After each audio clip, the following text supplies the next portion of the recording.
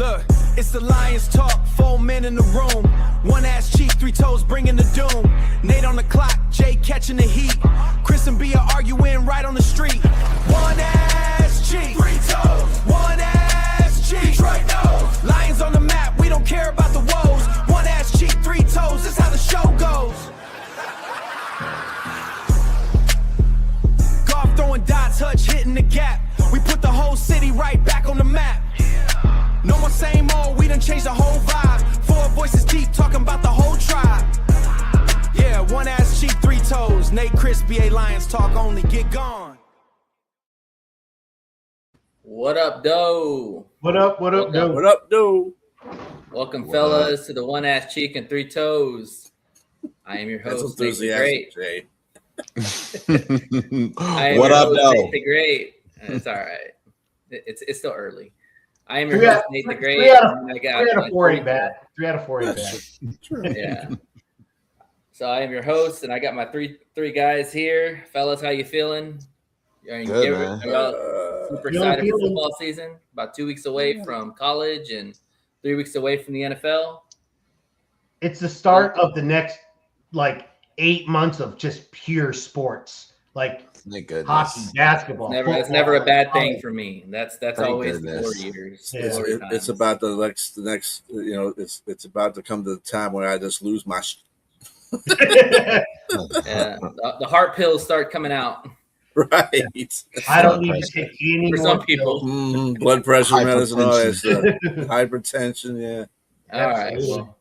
Well, let's dive into it. Speaking of hypertension, the Lions started their opening preseason of the 2026 season against the Cincinnati Bengals.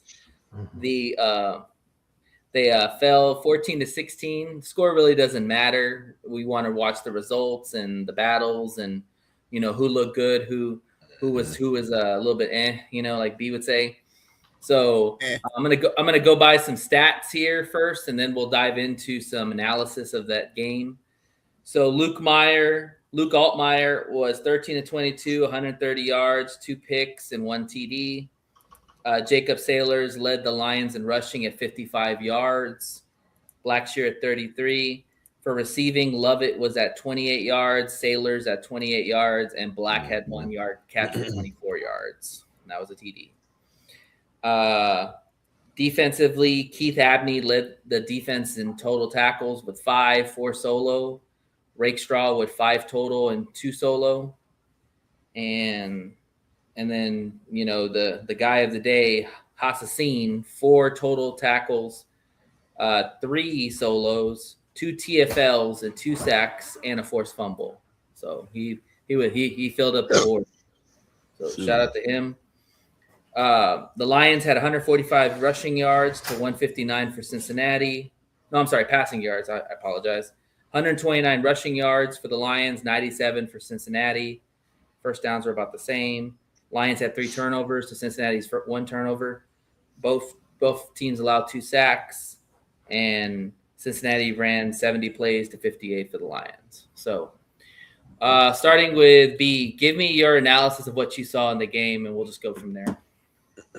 Well, I'm gonna give you the opposite side of the analysis for Cincinnati. If that's what the second and third teamers can do to your first string offensive line, you're going to be in trouble this year. Now, I know that Joe Burrow has gone to the Super Bowl with just a messed up his offensive line too. But, dude, you've been taking punishment over the years because your offensive line stinks. And if you continue to have this offensive line the way it is, you ain't going to make it through this season either. And they played lights out. Defense has played lights out, period. So I think Abney played really good in this game. Mm-hmm. He really played good. So did Whiteside. He played real good. Enos Rakestraw, he had that injury. Before that, he played decent coverage. He played decent. Yeah. He's all right. He won all that. But anyway, a lot of players played really well. The offense, again, you can see that you need your starters in there to play because the offense is not moving the ball down the field like they're supposed to, especially with second and third team people. I'm fearing that if Gibbs goes out or if Goff goes out, oh, we're screwed. We are definitely screwed. I mean, but that's it for any team that has star players. They lose their best players. Their backups aren't even close to what their star players are. Well, that's not all true for all teams, but I'm just saying, our season will go to shit completely if those two come out.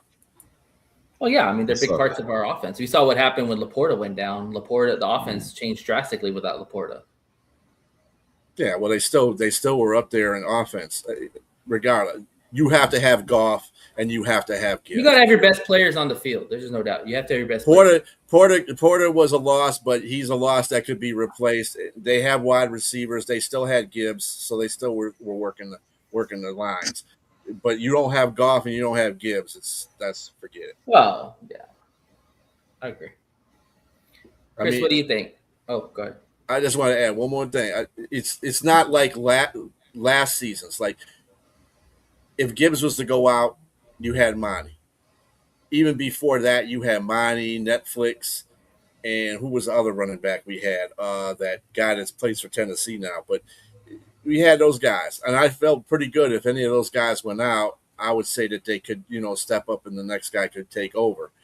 This year, nope. If Gibbs gets hurt, we're screwed for real. Mm-hmm. The running back position is not strong. If Gibbs got hurt, even with Monty in the situation, I'd still be worried because Gibbs does so much that Monty can't do. Well, Monty does a lot of stuff that Gibbs couldn't do either. Stop using that narrative because Monty has taken the ball over on his solo too many times. They're not the same players. I mean, you put them together. They're not the same players, but you can still use Monty a whole game. Yes, but Monty you can't do that with Pacheco because you don't know Pacheco's the same person as Gibbs is, and if he can't barely run up the middle without getting hurt. And I think I think Saylor's the better running back than Craig Reynolds was. So that's just me. I like Craig. I like Saylor. Might be better. I don't know. He can't. I think Craig Reynolds. I think Craig Reynolds was a little bit more fit for this offense than Saylor's is for sure. Well, we've only seen Saylor's and I don't know about all that either. I think Saylor's can't block worth a damn either. He got blown up today. There's no doubt. And that's the part. That's the part of it is being like a complete player of what they want, being able to block, being able to run, complete your assignments. That's big, especially for this offense. But go ahead. Yeah. All right, who's next? I'll go. Right, Chris. Or Jake, go ahead, Jake. All right. So what I seen, if we talking about specifically last week, what I seen is the defense. The defense. We were just talking about this behind the scenes. We were talking about how the defense looked kind of good. You had a couple players that we got our eyes on. One being Hassanin for me. That's like a big position that I'm fixated on. Hassanin got 2 sacks on Joe Burrow, so that was like something that like is a fresher breath there, seeing somebody get to the quarterback, and it's not just any quarterback. So Keith Abney as well, man. That's somebody that I think that can come in and possibly start. I mean, don't kill me if I say it, but he could possibly start if he keep it up and keep showing out in practice. McQuarrie's doing a really good job. I have not heard anything from McQuarrie at all. He's holding. Yeah, that's not good. That's never good though. Mm-hmm. You don't hear from somebody in that's not always good. There's a reason why he was playing third string too. Remember that. Well, but I'm saying he's not getting holding calls, which is good. That's a start. And it doesn't look like he's getting burned all the time, from what I see. I mean, but yeah, he's playing a lot. I mean, I think they're trying to get him reps at the nickel position. I really think so, but maybe I don't know. Yeah, but that guy, he really, really surprised me. Abney. I know he had talent and everything, but him playing the way that he plays, he keep that up. He got to starting spot. So can't be so handsy. He's a little too handsy sometimes. Absolutely. I'm not really too worried on the offensive side of the ball. I've seen the offensive line struggle the past couple of games, but obviously they got to get their flow going. I'm not really too judgmental of that, but the defense has really surprised me, and if they can keep it up, and obviously with the starters coming very soon, they can keep up that chemistry. That's going to be a dangerous defense. So, yeah, some good stuff, man. Good stuff. Yeah, Chris, what do you think?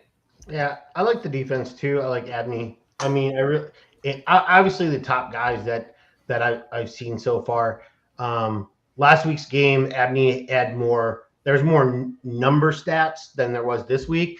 But I saw him more maybe it's because I saw him last week and now I paid attention more this week. I saw him more this week visually than I did last week. I think the opponent did too, and we'll get into that too. Yeah. But him looking really good.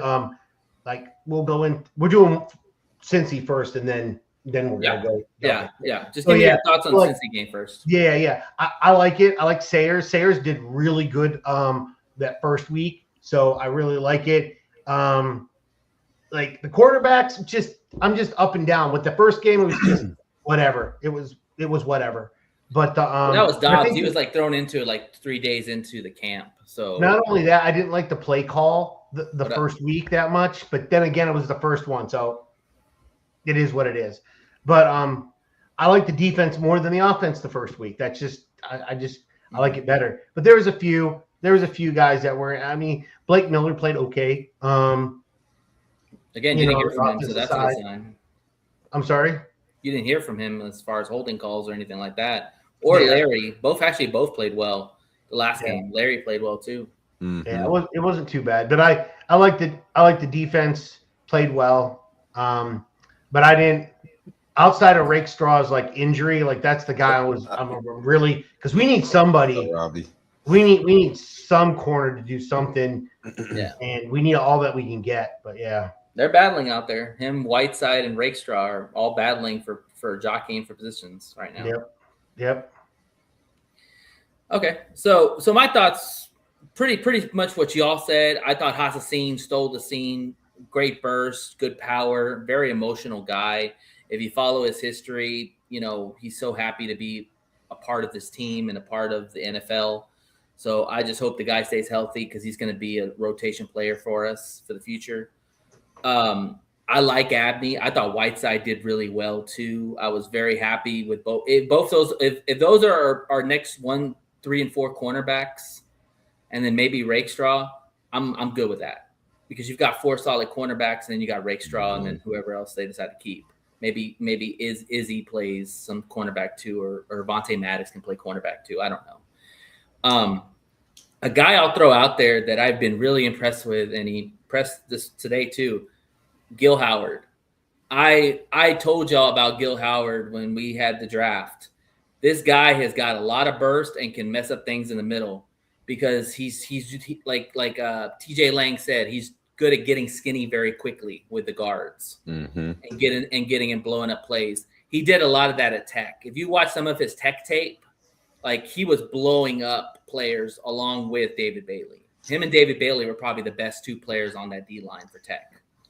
And so Gil Howard is a player that keep your eye on because this guy not only could be, a big rotation piece, but if he really gets himself together and, really finds his way, he could very well be a starter at some point because he's got the skills to do that. He's got the size, he's got the speed, he's got the hand placement.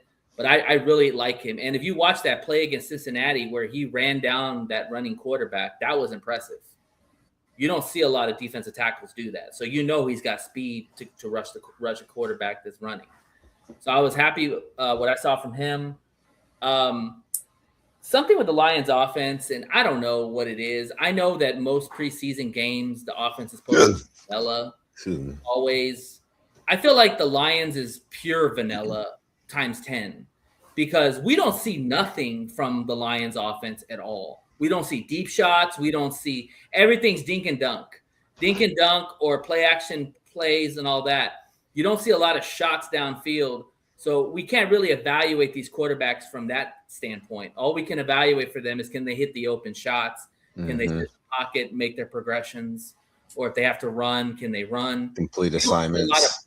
We don't see a lot of open with offense and preseason. I don't know. Maybe that's a Dan thing. That he just it's definitely a Dan thing that way. I think I just think they do run the vanilla offense, but there's a reason why they're doing. I think this is just any team that's in the preseason. You're running certain plays for certain players to see how the line works with the players that they have on the field. Like if you're looking to see what Sailors can do in a 3rd and long or 3rd and short, right. Or maybe they're trying to see what a tight end is going to do in the flat. And it might be like you're throwing to the tight end, irregardless if he's covered or not. I want to see how he adjusts to you throwing the ball, and I want to see how you throw the ball to him. Like those are just made up for certain reasons. That's why some people are like, why did they do this? Or they're doing it for a specific reason to see certain players that they're looking for. Exactly. There are certain guys that are on that field, like I was talking to a couple of guys. They were like, why is he playing? Why is he playing? Why isn't he playing? It's like, dude, you still got to put people on the field. You know, it's preseason. Absolutely. You've got a 90-man roster. You've got to evaluate players all over the board. Exactly. And so, but here's my only pushback, Chris, is that I watch a lot of preseason games, and I see other teams airing it out there with their backups and stuff like that. I don't see that with the Lions, and I never see that with the Lions. I think that anybody can argue here that every preseason game, it's pretty much the same thing: vanilla offense. You really can't evaluate quarterback play because they don't do it downfield. Hell, we had Hooker. They didn't even throw the ball downfield. Maybe because Hooker can't throw. I don't know. But whatever it is, we didn't see the downfield throwing, and that's what I want to see. I want to see if these guys got an arm. I want to see what kind of touch they have downfield, because in real NFL, they're going to take away the middle from you, right? They're going to make you try to spread the defense out and see what kind of good of an arm you have. You know, and we just don't see that from quarterback play. So it's very hard for me to evaluate how the quarterback play looks. I think that Altmaier and Dobbs have been up and down for sure, you know, but Luke's a rookie, so it's expected, you know, and he's probably not going to make the roster. I think go ahead. No, I was going to say, I think the way Dan Campbell and how they run in the offenses right now is situational. It's base situational because they know what they have going into the season. You know that your deep shots are Jamison Williams, Amon-Ra can catch a deep ball. You know who your target's going to be. So they don't really need to see that from other guys, because if any of them go down, it's going to be a bad thing. But I think what they want to do is situational. Like I seen Dan Campbell call some timeouts because they want to see how they work. If it's a 3rd and 2nd and, you know, you got, 30 seconds on the clock, how can you go down and try to score, make a field goal or get a touchdown? It's all situational. And certain players are going to be in for certain packages, like you want to, if it's a 3rd and long or something like that, you're going to put in all your ball hogs who possibly can catch the ball and get an interception, something. I think it's just situational. That's why they're playing the way that they're playing. Go ahead, Chris, and I'll say something. So they did throw downfield once or twice. Okay. Just like they ran once or twice. Altmaier once or twice. Dobbs run like twice. Like, they do little things just to see how much they scramble. Okay, cool. They scrambled. We see how fast they move. I'm good with that.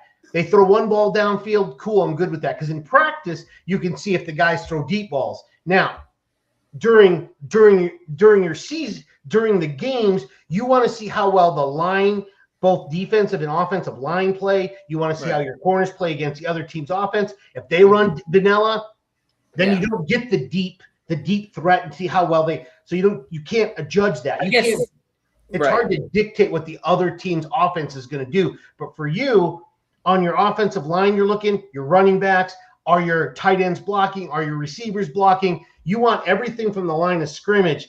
Your quarterback doesn't need to throw downfield. I guess for me, the way I'm looking at the Lions' philosophy, they're not trying to showcase their quarterbacks. I mean, obviously Dobbs is a journeyman. I mean, if somebody picks him up like last year, if they don't put him on the roster, they'll need a backup. They'll probably keep him on the roster this year because that's what happened last year. Somebody picked him up off the practice squad and he went to another roster. So that's why they had to keep Kyle Allen. So, I mean, and then Luke Altmaier, I don't think they're showcasing him because somebody's going to have to move them into the 53-man roster if they want to pick him up. Yeah. You know what I'm saying? I think he's going to get dropped and then come back on the practice squad. So unless something drastically happens with Dobbs, but I don't know. It just seems like Groundhog Day every day with the Lions when it comes to offense in preseason. It just seems the same shit all over again. Like short throws, dink and dunk. Let's run the ball. The reason why that happens for the offense? Because Dan Campbell's not out there trying to win a game. He's out there to try to see how these players are playing in their spots. That's all there is to it. Yeah. That's why you see other teams playing long ball because they're trying to win games, which is to me is ludicrous in preseason. Situation. Well, I mean, they're trying to evaluate their quarterbacks too, in certain situations. They want to see him in the 2-minute drill. They want to see him in the last 2 minutes. They want to see how they play when they're behind or ahead. So I guess Well, they don't. I don't think they see it. That's what they got training camp for. I mean, Yeah, you're not going to see nothing different in training camp than you're going to see in a preseason game. It doesn't make a difference with a quarterback, if that means. Because and they already know. I think if Goff goes down, it ain't gonna be good. Oh yeah, no, for sure. Like you said, B, they want to see what their players got and what they made of. Like, it's all situational, because if y'all notice, Dan Campbell have been here for what, 5 years now, 6 years. This is the first year that they didn't do the whole joint practice thing, so he might be using this like a joint practice. Well, he's trying to dial. He's trying to dial down. I want to see how we're going to do, how our youngest are going to hit, how the young players going to hit, how the vets going to come in and make a case for themselves. I think it's just situational. They're not trying to win. Let me throw this caveat out there. If the Lions draft a quarterback, let's say in the first or second round next year, right? Okay, just follow me. You won't see these kind of vanilla offenses in the preseason game with this quarterback. I promise you that. They will be installing some kind of offense to see the development of how this quarterback's going to play for them in the future. Exactly. Neither Dobbs or Altmaier is a future quarterback for the Lions. Maybe Altmaier might be the backup next year if he makes the roster and they want to bring in a young quarterback to go with Goff, but they're probably going to draft one, more likely. And if they draft one, I would imagine that one's going to be more for the future. You're not going to see vanilla offenses in the preseason. You're going to see them actually running some installs, putting some players that have skill, like throwing JMO out there or something like that, so he could have an actual receiver to throw to and see the progressions of the new guy and see if that's somebody that they got right or they messed up on. Exactly. So we don't need to do it with Altmaier or Dobbs, because it's like we don't plan on them coming in playing. They're just going to play Dobbs. I mean, Dobbs is going to be the backup. We already know that. I will tell you, if they draft a quarterback in the first 3 rounds from here on out at any point in time, it will be the one that they dictate will be their future starter, because Hendon Hooker failed, and they drafted him in the 3rd round. Well, they ain't going to make that mistake again. So if they draft anybody in the first 3 rounds, that is like their future. They can't afford to miss again. So if it's 4th and after, then he's a backup, or he's just somebody they're trying to fill the void. You know what? I like that. Trinidad Chambliss is actually really good. Guy. That's a problem. But the one thing I respect about Trinidad Chambliss, not to turn this to Ole Miss, but he actually went back and he's going to like even better himself, like Dante Moore. You know, Dante Moore could have easily came out this year and been in the top 5, but they feel like they got more to work on. They're gonna go back and play. Do you think, man? Dante Moore. Oh, absolutely. Oh yeah, absolutely. Dante Moore would be a dream. 100. I'd rather have CJ Carr. But that's far fetched. I don't think we won't get. Yeah, I think I was thinking about this earlier. Goff's only 31, and God willing, he stays. He's been healthy his whole career for the most part. He's not stupid. He knows when to go down. He's not going to take a dumb play and hurt himself. Like, he'll fall like a giraffe.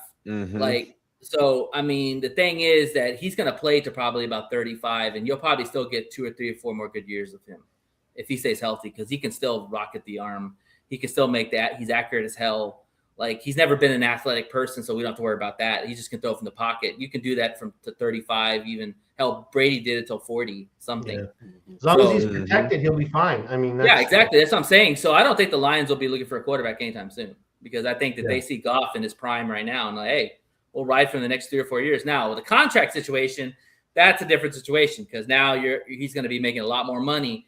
Then you're going to have to start thinking about, like, well, you know, how much are we winning compared to how much he's getting paid, and go from there. But that's a story for another time. But let's jump into the Commanders talk. So the Lions did win today. Yay. All right. It was preseason, but I don't care. It's a win's a win. All right. So they won 17-13 in Detroit. Great crowd. I was watching on the thing, and man, that crowd was loud. I mean, I don't know if it was full capacity. But yeah, it seemed like a good crowd. Let's see. Let's go over some stats real quick. So Altmaier was 9-13 for 86 yards. He was sacked 4 times. Dobbs was 7-12 for 74 yards, 1 interception, and sacked 1 time. Let's see. Dobbs was your leading rusher with 53 yards. He had that big one for a touchdown on the read option. Travion Williams had 36 yards. Meeks had 33 yards. Travion had 24. Conklin had 21. Let's see. Whiteside led the team in tackles, 4 total, 2 solo. DJ Reed was tied for 4 tackles, 4 solo, 2 TFLs. That's pretty much about it. Yeah, I don't think anybody has. Who had sacks? Moore had a sack. Duh. Moore had a sack in front of his Michigan faithful. That was awesome. And DJ Wantham had a sack on Jay Daniels. All right, so we'll go back around the other way. Jay, talk to me about what you saw in this game. I saw a relentless defense. I saw another relentless defense and 2 people that we expect to get major playing time this year in Wantham and Derek Moore went out there and actually played some really good football. It's good to see that coming from a young guy coming out of college, juicing him up, giving him that type of energy. I liked it. And I also seen the offensive line. I don't really think they did good, to say, lack of better words, but giving up 4 sacks on what's his name, Altmaier. I mean, you just got to protect your guy. And I know Altmaier can make some bad decisions, but you still want to see Blake Miller go out there, make some plays. He didn't really get a chance to get the ball off in those 4 sacks. Yeah, so on the ground. I just seen a team basically go out there and try to play motivated. Good game overall. I do like what I see from the defense. I don't think anybody can argue that defense is playing good. Chef's been dialing up the aggressiveness on the defense. Yeah. They were talking about that on the podcast. Like you don't see a lot of aggressiveness in preseason, but Chef's like, fuck it, man. Let's go for it. I like the aggressiveness. That's what I want to see from the Lions this season. I really want to see a lot of aggressive blitzes. I want to see them get to the quarterback in the backfield. And one thing I really need to say really quick, it wasn't about the sacks that they accumulated. It was how they collapsed the pocket. Made the quarterback feel uncomfortable, made him feel the pressure, so you go out and make mistakes. That was a big thing the Lions defense did. So that was huge. Chris. Yeah, so I watched the majority of the game. I liked I'm gonna give a shout out, even though he got he got hit pretty hard at one point, but O'Neal was playing really good. He had a stretch. Yeah, he played really well. Yeah, he plays in a row. Yeah, and the whole drive, it was all him. Yeah, I kept telling Rich that that he's better than Hayden Hutchinson. He got it's really good. But no, I mean he could be a rotation player. Like he could be like your the commish. Who do we have before? What's his name? There you go, Kaminsky. He could be like a Kaminsky type, like just a hard-nosed guy. Even Malcolm Rodriguez got a quarterback hit too. We had a sighting on him, so he wasn't too bad. But yeah, I mean, I'll tell you, Rakestraw didn't play too bad. They didn't throw his way a whole lot, but he did play. He played late into the game too. I think he played like the second or third string because they started the cornerbacks. They started Reed and they started Rock, and then they started after that. It was I saw him. Yeah, I saw him in the last 2 plays before they got to the 2-minute warning. He was, when they were on offense, he was coming down to play a couple of runs and plays too. So I mean, I'm not going to say he played great or bad. They didn't throw enough his way to evaluate him, but he made it through a game without getting hurt. That's all I ask. that's all I ask. Albany played really well too. Albany and Whiteside played very well. Abney, sorry.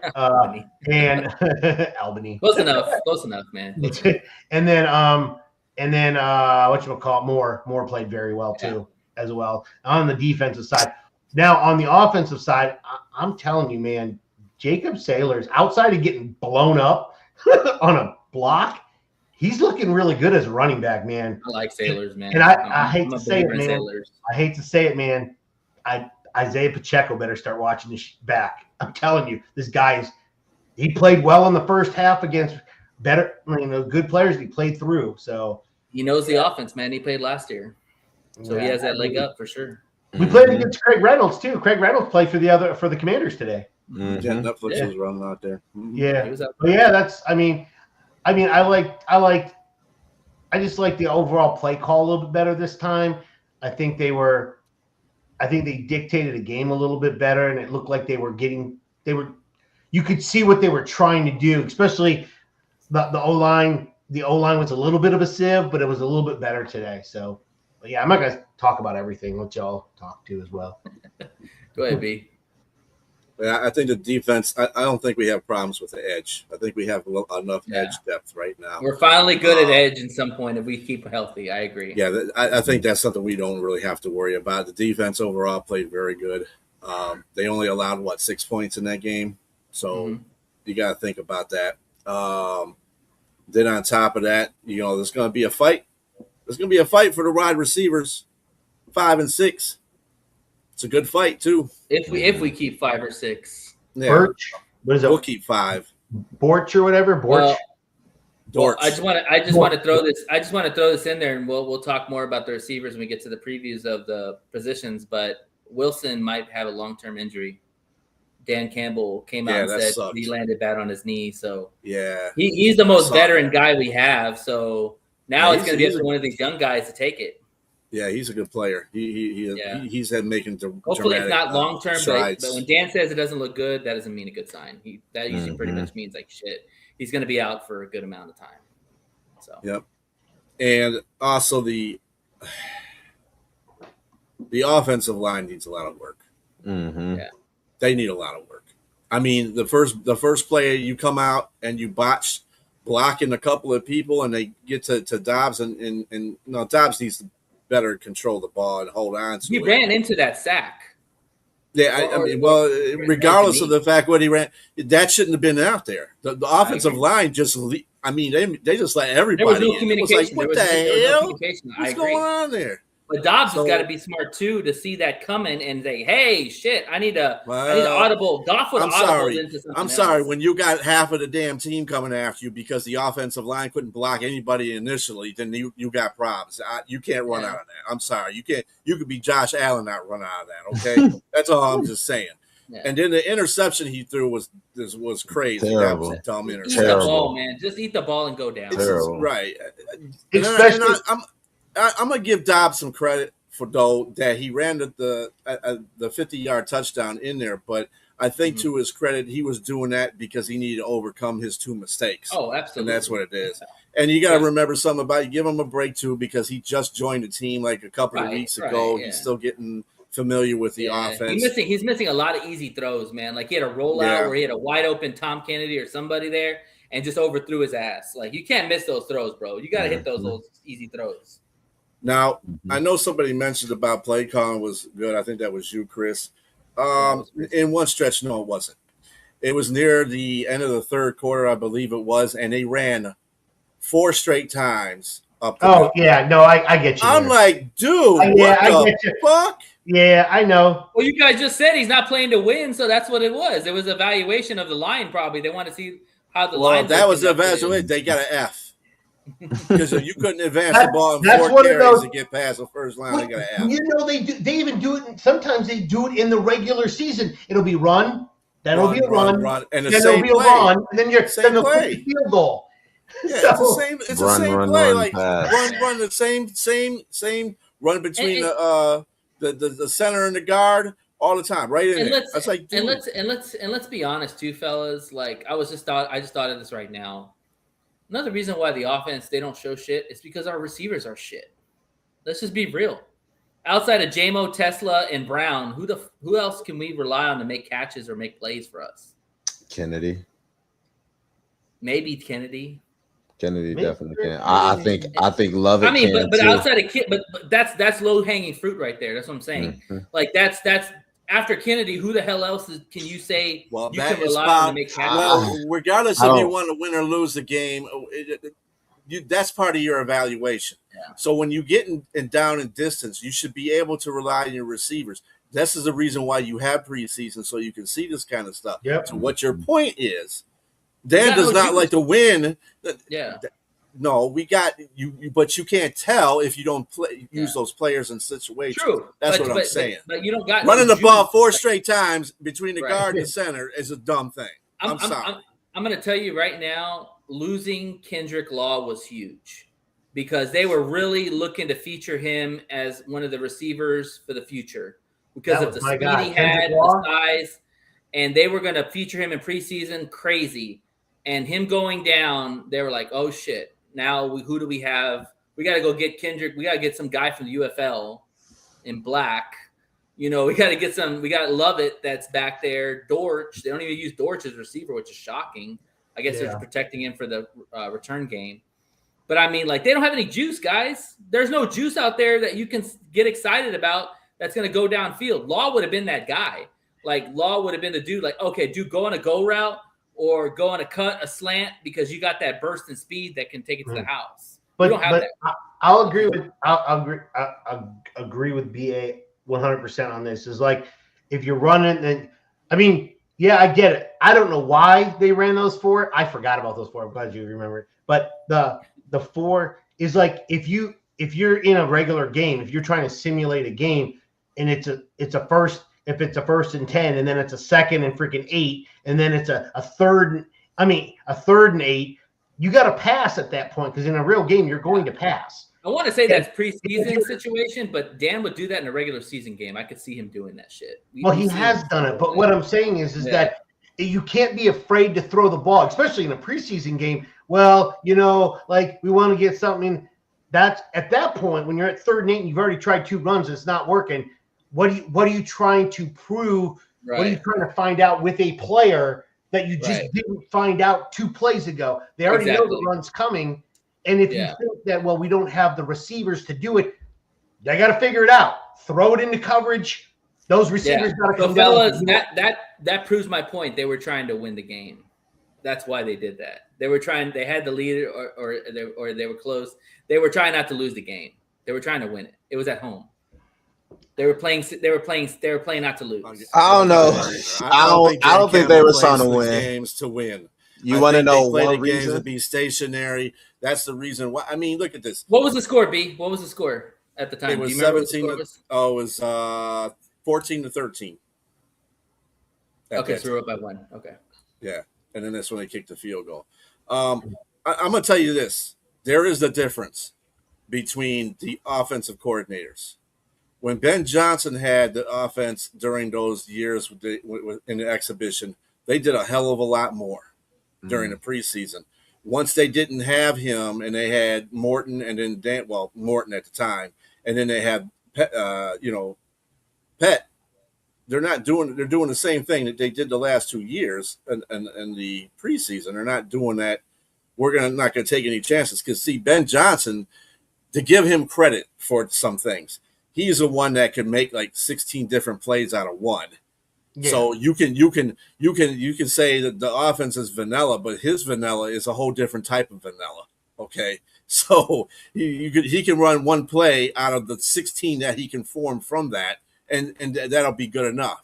But you don't have any of that. You don't have any of that creative offensive play calling right now between Morton. You had in Morton and Pet at this point. So I want to see more of that. I want to see them kind of, if they're going to do runs and stuff like that, I'd like to at least see them do like a reverse or something like that. A couple of nice little screen plays.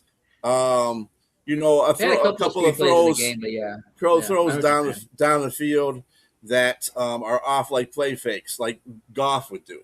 And they threw it, but that was just, they weren't play fakes. Yeah. They were just dropping back and throwing. That's not how the Lions offense operates. No, but I think also, too, you got to look at the personnel. Obviously, when game 1 happens against the Saints, with J-Mo and Gibbs out there, you're going to see screens. You're going to see end arounds, I would imagine. If we don't see that in the first game, then I think you have a valid point. But in preseason, I'm not talking about when we start the football season, because I won't worry about – the only thing I'm going to worry about in the offense is the offensive line.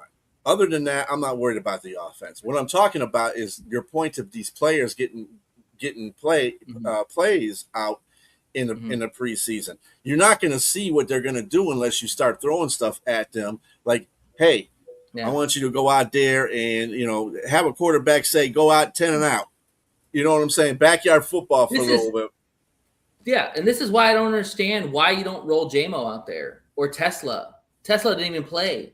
Like, why not roll those dudes out there? Game? None of the damn starters did play, and like I said, all the offensive, and not even all the offensive starters played because Penei Sewell was sitting on right. But what I'm saying, bench, so what I'm saying is like, okay, like I don't care about Dobbs. Okay, Dobbs is just here this year, and he probably won't be on here next year.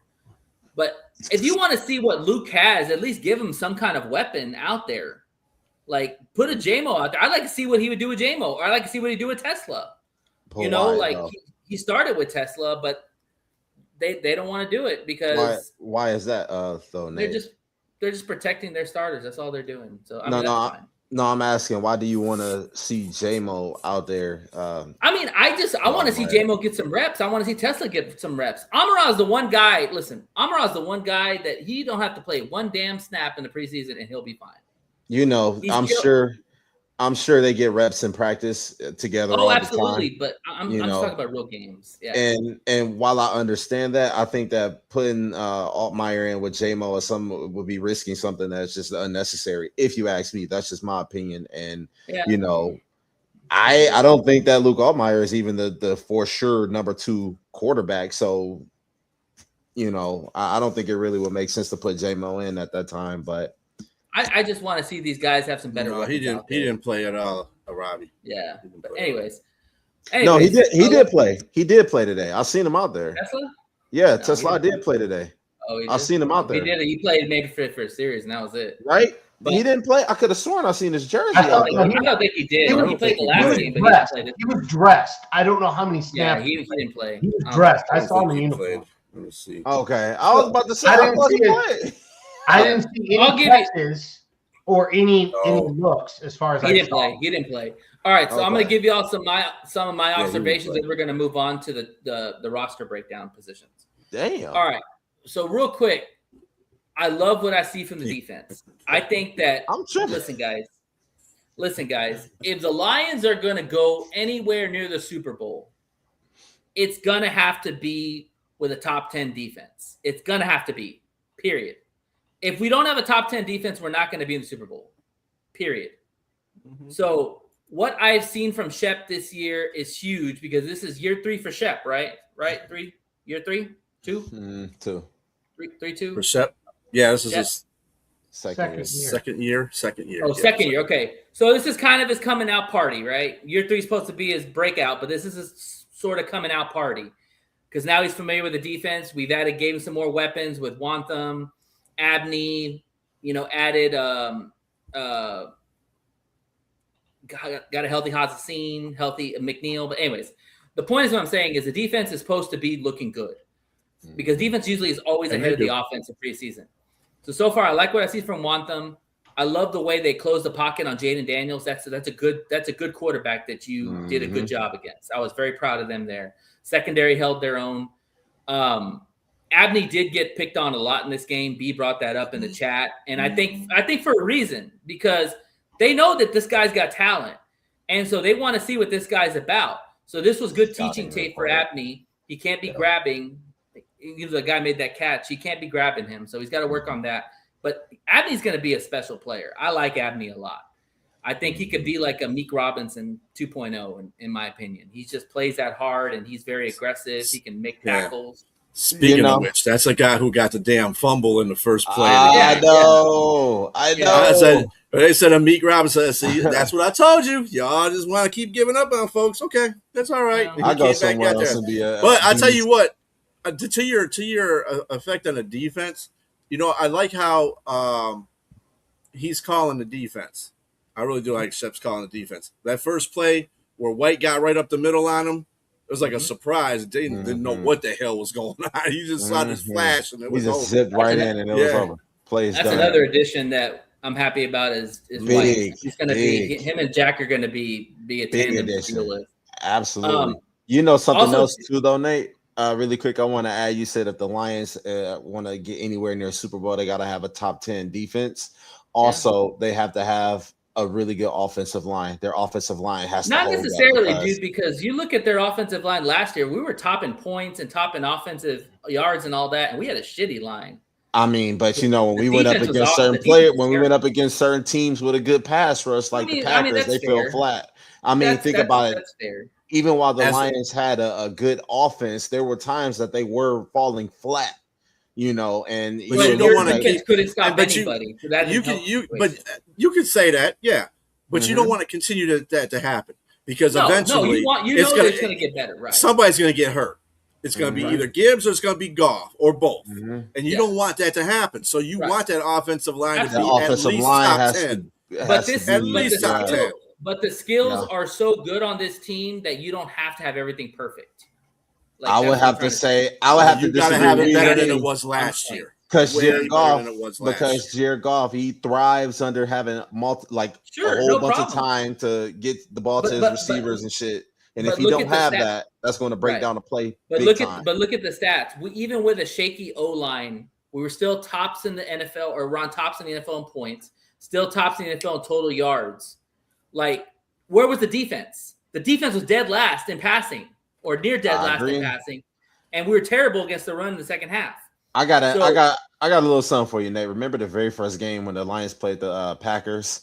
The Lions First didn't game. score. I know. The It was very the first first game. bro. The There was a Lions lot of didn't. shit that didn't The happen. Lions didn't score at all until the end of the game. Yeah. Right. I get it. And Yeah. that was due to a lot of mishaps, a lot of missed assignments Sure, by our and that's rookie, expected the and, first game. you know, you're gonna exactly. have those situations. But when they Absolutely. started to pick it up a little bit that next week and they played Chicago, they dropped 52 on Chicago. Why? Yeah. Because the offensive line was in sync. The offense was in sync. They knew Well, what they you weren't wanted. going They were against Michael well Parsons prepared. either, so that helps too, right? Exactly. Let's be honest. And so I think that the offensive line has to be very consistent across the board. Like B said, I would say at least the top 6 or 7, but at least top 10 in order I think for the you to be Lions able can to have sustain. the what Lions you can want. have an average offensive line and they'll be fine. It's the defense that we need that to take a step up.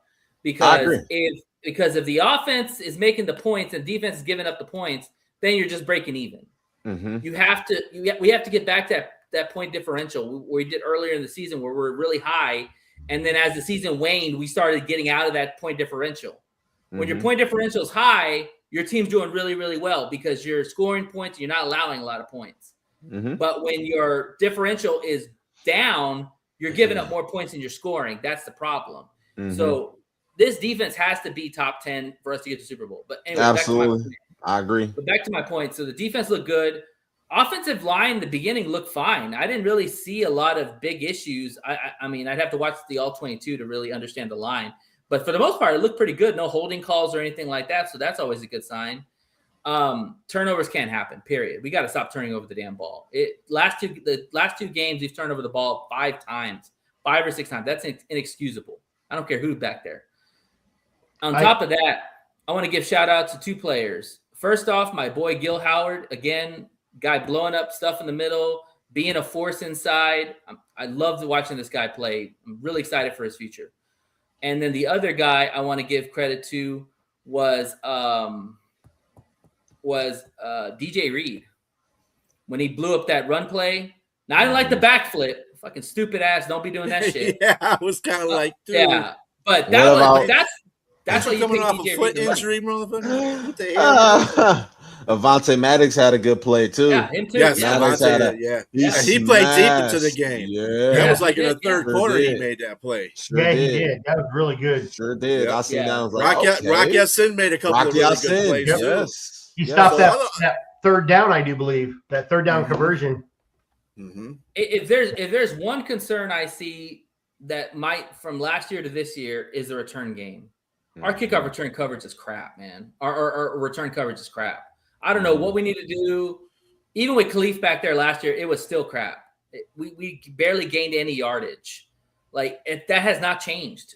Even in preseason, it looks like garbage. I don't know what it is. If we're just not getting enough open holes, if they're not just, I don't know what it is. But that needs to improve because field position is key, especially with this new kickoff rule. You also got to Gotta get remember. field position. You also got to remember that a lot of your special teams guys are guys that won't even be on this roster right now. Like Mhm. these are guys that could they make the special teams? Like, because a lot of the guys that were starting for us today Mhm. and were like playing main roles will fill those freaking special team roles. That's fair. You know, so That's probably why. But it wasn't great last year either, Chris. That's why I'm. No, That's my no, point. it wasn't. Well, I'm going to tell you this right last now. year. You're not going to have a really good return game if you don't have an electric returner. And that's that's something in the NFL that a lot of teams don't have. They don't have an electric returner. Right. Khalif was probably the closest to being electric. Dorsch is good. Dorsch is somebody that's going to get you some yards, but I think they're hiding Dorsch because they don't want him to get hurt. Oh, no, they're not. Anyway, because he was playing a lot in that game. It's just that we just don't have. I mean, I know you like him, Nate, but that doesn't make he's not that great. He's a good returner, but he's not electric. He's not. We haven't had an electric returner in a long time. So no, I agree. I mean, but I'm going to take the yards that we can get, and then that's what the offense is there for. So I mean, I'm not understanding why that's a big deal to me. As long as you can get past 25, that's fine. You know what I'm saying? That's all I care about. And just give us average yards. Just give us average yards. We got a hell of an offense. And like I said, as long as the offensive line if you can give the offense 10 more yards, that's huge because that starts you up at the 30 or 40. As long as you keep us out of the 20-yard and in. It really don't matter in the perspective of things, Nate. They really don't. I mean, I'm just saying, last year, when you watched a lot of games where we started in the back in the 20 to 10-yard line, we usually didn't score. We had to punt a lot of times. Thank God we have a punter like Jack Fox who can punt the nuts out of the ball. And last year, we didn't really have really good offensive coordination. So there's that, too. Mm-hmm. And the offensive line was in a wreck. Well, so hopefully, you had Dortch both of that will bring some excitement. I'm hoping I am wondering why they're not using Dortch more as a receiver number 4. Because I'm telling you, they're protecting him because they don't want him to get hurt because they know he's going to be their lead guy in the punt returns. They got a whole bunch of people out there vying for that spot because Vaki decides, he wants to get hurt every 5 days. So they got plenty of people out there vying for that spot. So Dortch isn't the only person out there that it's probably going to be back. TK. It's probably going to be TK and Dortch. I don't know about all that. But again, if Law didn't tear his ACL, he was going to be a candidate for that position because he had the juice. He had the juice for that. Man, Law's my guy, man. Whoo! I wanted him so bad. Hopefully next year he'll come back healthy. He might Khalif. He's my Khalif for this team in the future. Yeah, for sure. For sure. Mm-hmm. And God, if you could put bubble wrap on JMO, I'd put JMO back there. Fuck, JMO would kill it. Like, who the hell's going to take that guy down? Literally. Yeah, but he's a number 2 receiver. I don't think I would take him. That's what I'm saying. If you could put bubble wrap on him and guarantee he wouldn't get hurt, I would put JMO out there every time. Well, pretty soon we might be putting bubble wrap when we have flag football instead. Anyway, that's a whole different story. All right. All right. So we covered the both preseason games. So we got one more preseason game, the Colts, next week. So we'll talk about the Colts game after it happens. So we're going to move on to position. We're going to finish up the offensive side, position breakdowns. So we're going to start with the tight ends. And first, before we start with tight ends, Sam Laporta has a hip injury. Dan says he's not sure when he's going to be back. They don't expect him to miss too much time. Maybe he misses game 1 or 2. Not sure yet. Main thing is getting the guy healthy. That's the main thing. So, because he's coming off a back injury, he cleared the back injury, and now he's got a hip injury. Those are serious injuries. So, take as much time as you can. Get Laporta healthy. We need him on the field. So, let's talk about the tight end room right now. So, we have Brock Wright is number 2 tight end. Then you have Tyler Conklin, who they got in the free agency, is your tight end 3. Mm-hmm. And then it's a plethora of other guys. The one guy I think that I would put in there would be Meeks, because they like Jackson Meeks. He's converted from receiver to tight end, and he's got some juice. He's a bigger guy, a little more speed. I don't know how good of a blocker he is, but yeah, B don't like him. So, but anyway, it's got nothing to do with me liking him. It's the fact that whenever the Lions make somebody a tight end, mm-hmm. that's telling you right there that player's not going to be there for long. Because remember they did that to what's his face? That dude that never worked out as a tight end. Meeks is another guy. You're going to put more weight on a receiver. That's not going to work for you. I'm sorry.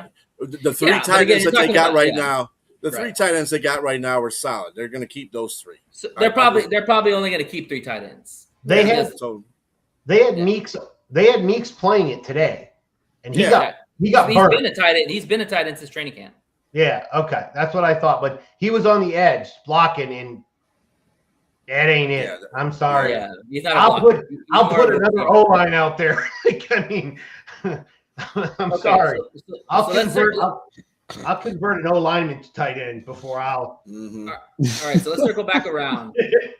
Talk to me about the tight end room. How are we feeling about the tight end room now, knowing Laporta might be out for a couple of games? I would say probably so. What are your thoughts right now? It's not looking good. It's not looking good because Laporta, he's just can't get back in his rhythm. It seemed like he's dealing with some things that's just keeping him sidelined. And if it's going to keep him out for a couple games, I would assume that's at least a month and a half from now, considering the season don't start for another couple of weeks. So I want to know the severity of his injury. And I mean, this is a contract year for Laporta. Really, let's just be honest. They're going to say, are we paying Laporta or are we paying Brent? He's not really making a case for himself. So Well, you'll get him on the cheap now. and Laporta was a really big piece to this offense. And while we still had a top offense without him last year, how long will we be able to sustain that? Because Laporta was a big contributor. So I've always liked Brock Wright. Brock Wright pretty much played his whole career here, almost just about, right? And he's been consistent, but to have a guy like Laporta out, that's a big hit to the offense, you know. So I'm a little 50-50. Well, the big hit to the offense is not necessarily what people think it is. Not in his pass catching ability or anything like that. It's his blocking. He's a very good blocker. Exactly. He's an all-around great tight end. And you need it. And the way the offensive line is right now, you need any extra help you can possibly get. Absolutely. And he would be the extra help. Absolutely. My bad. I was just going to say he and George Kittle were really the two best pass catching and blocking tight ends in the league. You know, and losing that with this type of offense is big. Yeah, and the thing is too is that when you look at tight end 2 and 3, Brock Wright's probably more of a blocking tight end than receiving tight end, and Tyler Conklin's more of a receiving tight end than a blocking tight end. So basically, you have two guys that do the opposite of what we need. Sometimes, you know, like it's it's concerning.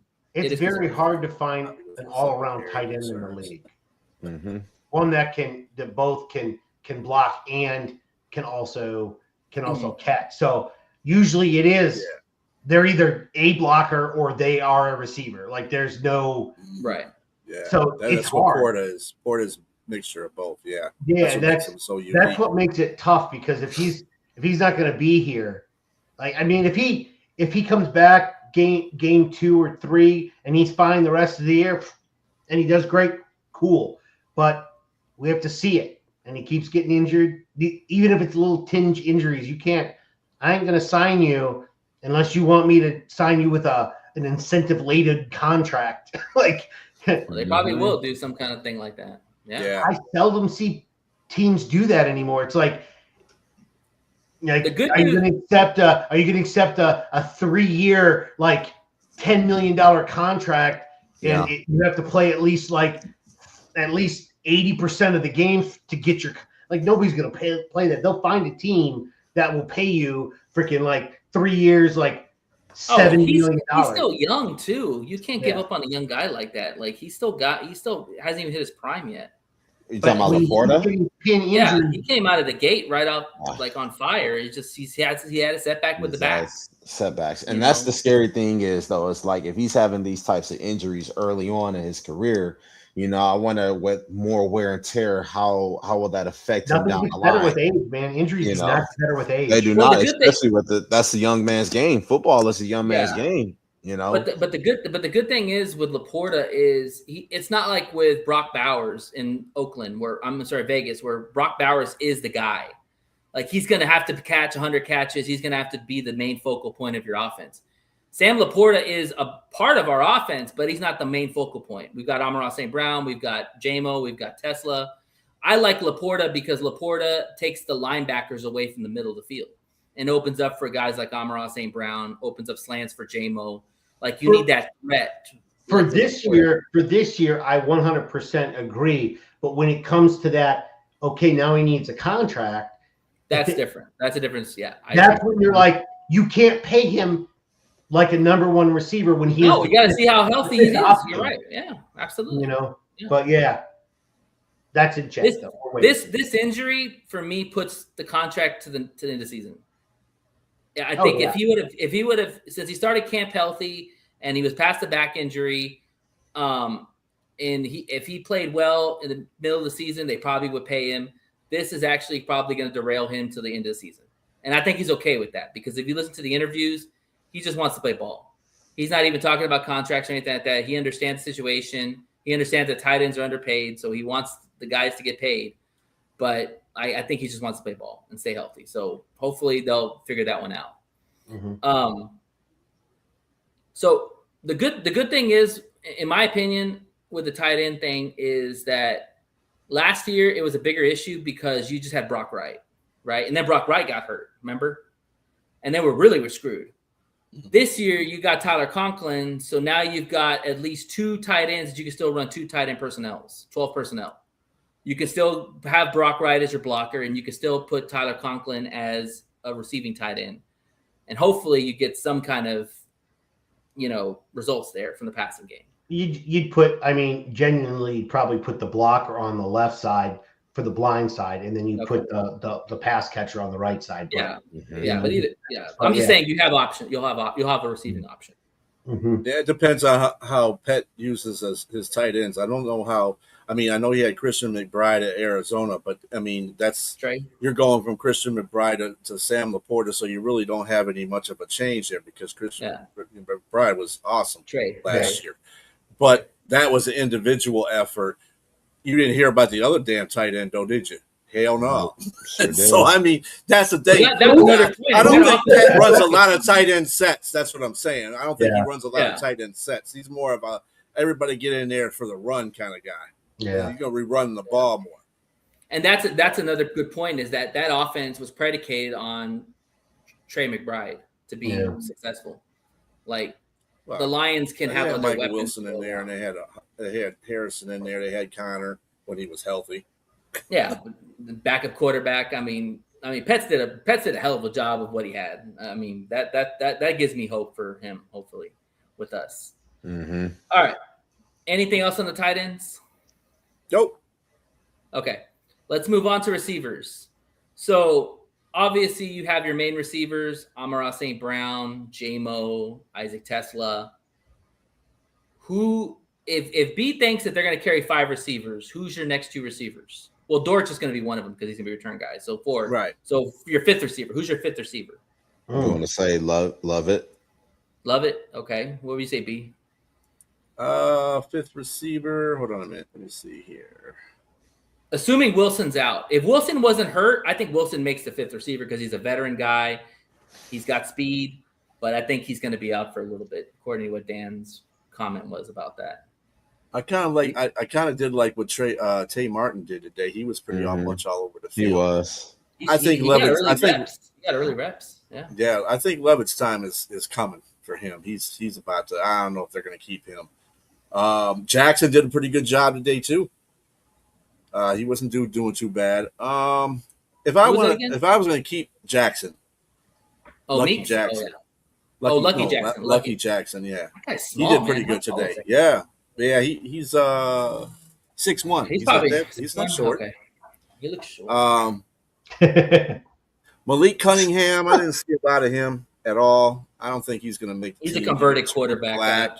Yeah. Tariq Black, I'm not sure about him either. So I would Black probably has good have to size, go. man. If he just was more consistent, I like Black. I want to give, if Cedric didn't get hurt, I would probably have him taking that 5th spot. Or who we got as the 4th spot? Dortch and then Dortch. Cedric.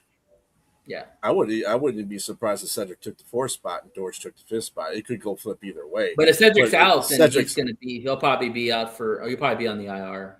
I would imagine. Yeah. And then I would have to go with. I'd probably have to go with Tom Kennedy and maybe. I'd probably go with Tom Kennedy because there's really nobody else on that roster that I would probably be putting up there. If Tay Martin does better, if he gets more reps, he's a 6'3" corner. A 6'3" receiver. He only weighs 186 pounds. So I don't know how long that's going to last. Yeah. He needs to be bulkier. But anyway, yeah, I like Tay Martin. Tay Martin's pretty good. What about you, Chris? Yeah. I think it's going to be Mr. Kennedy, if anybody remembers wrestling from years ago. I do, of course. Yeah. Of course. So, Green Bay, Wisconsin, right? I think it's Tom Kennedy, and I got a few last year. He did kickoff returns, and I was very impressed. Now he's not a speed demon, but he broke a lot of tackles when he did a few kick returns. He's shifty. I like him as a kick returner. Now, granted, he does not have breakaway speed or anything like that, but he can break some tackles that'll get you a few extra yards here on the kick returns and stuff like that. He's reliable too on the offensive side too. Like, and he's not a guy. He's not a guy that if they say, well, you're gonna have to go to the practice squad. That's where he lived and breathed. So he's a true professional. He's a true professional. Yeah. So I mean, I like him filling that last. I kind of think he deserves it in a way because he's been with us forever. But I think he adds a little bit extra in the kick return game in terms of just a pure like regular kick returner, nothing special. And he can play special teams in other ways too. Like he can play gunner and stuff like that. And so I think Tom Kennedy might actually make the team. But I mean, like you said, it's looking that way. Whatever. This will be his best shot to make the team. I don't think he'll have a better shot than this year. I thought Wilson was the pencil in at the 5, but if that injury is serious, then it's probably going to be TK because of the fact that he has been on this team for a long time. He is reliable in other ways to use him. You know, he's just Mr. Consistent whenever he needs to get, whenever you need to play from him. Mean, when he plays and he gets his 1 or 2 catches, he catches. I mean, he doesn't drop the ball. He's pretty consistent catching the ball. I remember in the Chicago game when the game was on the line, Goff found him for a big play. You know, like he trusts him. So everybody said TK. B said Martin. I'm gonna say Black, man. I like Black. I don't know what it is. Like I like his size, the burst, that touchdown he had against Cincinnati. He beat that cornerback bad. But his problem is he's not consistent enough, you know, and you don't see enough of him. Now, hopefully we can get him on the practice squad. I really would like to keep him on there, and hopefully maybe he can develop more. But I'm a big fan of Black. I think that if he was more consistent, he probably would take that 5 spot. But it probably will be TK. Yeah. I got Love It. Love It. Oh, Love It. I love it, man. Is like, he doesn't get a lot of separation. He's going to make the team. He's just not playing well enough. Yeah, he's not turning no heads at training camp. He's not for a person that they drafted that thought was going to take over the kick return duties, and then they had to go out and get Dorse. Yeah, I think his days are numbered here. And I hate to say it again, guys, but man, if Law was healthy, he'd be that 5th receiver. Don't. I really wanted Law to be. I know, man. I miss it. Hey, be that way, yo. You know, that's a part of the game. That's the nature of the beast. He'll be back next year. He'll be good to go, juiced up and everything. So yeah, we'll hopefully see what it looks like next year. All right, let's move on to the big uglies. All right. So I'm going to give you my starting 5, and then I'll let you go around, and then we'll talk about the backups. Yeah. So my starting 5 for game 1 in this order will be Penei Sewell. I think which side is probably Penei Sewell, and I'm going to go with Christian Mahogany, and I'm going to go with Juice Scruggs, and I'm going to go with Tate Ratledge, and I'm going to go with Blake Miller. B, go ahead. Who did you have at the? You have Ratledge, right? Ratledge, yeah. Ratledge with Miller, yeah. Ratledge, Miller, and Juice Ratledge will be playing on the Mahogany. side. Yeah, I had Ratledge with Miller and Juice, and then Mahogany with Sewell. Yeah, that's the only one I don't like. I don't like Mahogany. Okay, I don't know who's going to fit there. Frazier just failed me in life. I didn't like Scrubs either, but obviously McLaughlin failed at life today too. With Courtney. Yeah, he had a rough game too. Yeah. God, he did. So that whole side of that offensive line needs some help. I mean, you're going to have the rookie over there. I'll give him credit because he hasn't played bad at all once he's in there. He's been okay. The guard and the center, man, that's ugly. Yeah, it's going to be ugly. They got I just Panay don't Sewell's know on who- one side. What's his name? McLaughlin, Tyler McLaughlin at center. No, Seth McLaughlin. yeah, not Tyler, but yeah, McLaughlin. Seth McLaughlin. Seth I keep calling McLaughlin. him. I kind of like, you know who I was looking at that was playing in that game was Priestley. Priestley did a pretty good job in that game. What is his and story? Did he come in? Did he come in on a workout, or what's this? I don't remember this guy. He's a rookie. Okay, there was another guy too, 77. Who was that? Was it Conklin or something? Conklin? I don't know. No, that's Cochran. Yeah, Cochran. Cochran. There you go. Oh, Cochran, yeah. Cochran, Somebody kept yeah. calling him Johnny Cochran today. So, like, yeah. Yeah, I saw Cochran. I was like, who the fuck is Cochran, man? I'm usually pretty good about all these rosters. I just know they got to figure this shit out. That's all I know because Cochran Okay. got blown up. it's So just. who are you it's just sliding in bad. at that guard position? Who are you putting in if you don't want to put Frazier? I don't want or- to put or Frazier Mahogany. or Mahogany. You gonna in put there. Barch? Maybe Borum. I don't know. Or We got crappy. We got crap Priestley. I don't know. We don't really got nobody to tell you All the right. truth. That's going to. I'll move it. I I'll mean, move it to Chris.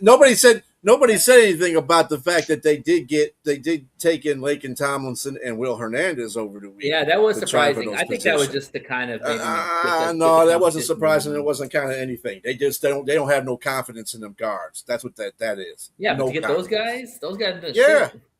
They ain't shit. Lincoln Tomlinson is still pretty good That's offensive why he's a guard. free agent right now. Nobody wants him. Well, I mean, that's why a lot of I offensive did like players- Lincoln, but he was never should have been drafted that high. All right, Chris, what do you think? What's your He starting turned five? out to be really good though for the Giants. It's pretty much the same as what you have. I mean, I Okay, had so you have Mahogany and I, Juice. I have Sewell. Mahogany was so the thing is I didn't want Mahogany until the center position disappeared. So I would have put probably Juice Scruggs over at left guard, but because it looked like he's gonna have to play center. If Cade Mays was there, I might put Juice over instead of Mahogany, but Yeah. now that Scruggs is gonna have to play because McLaughlin is looking bad. But yeah, so I've got Panay, Mahogany, Scruggs, Ratledge, and Miller. Okay, Jay, what do you say? It's kind of hard. I really don't have. I know for sure Ratledge and Panay Sewell are going to be the starters, but everybody else is a little bit questionable just because so much could change. You know, I really just can't say. I do like Christian Mahogany at the guard spot, but like Chris just said, with that center position being a question mark, I don't know how they're going to squeeze that in there. It's hard. I really can't answer that question right now, really, to be honest. Okay. So, what do you think? Who do you think is going to make his backups? I would say Barch. Barch should make a backup because he's a veteran guy, and they liked him when they brought him in. So I don't think Sorsdahl and I don't know, man. Hell no. Sorso really? You gonna think he can make it? Hell no. Not that turnstile. I don't want that turnstile. What about Frazier? Is Frazier going to make the roster? Absolutely. If he keeps playing the way he is, hell no. In fact, he's third on the depth chart for the Lions right He's now. been playing he is really third. bad lately. Yeah. Was he playing guard or tackle in this at the end of the game? It looked like he was playing tackle. I didn't see. I wasn't paying Frazier? attention to him, so I didn't.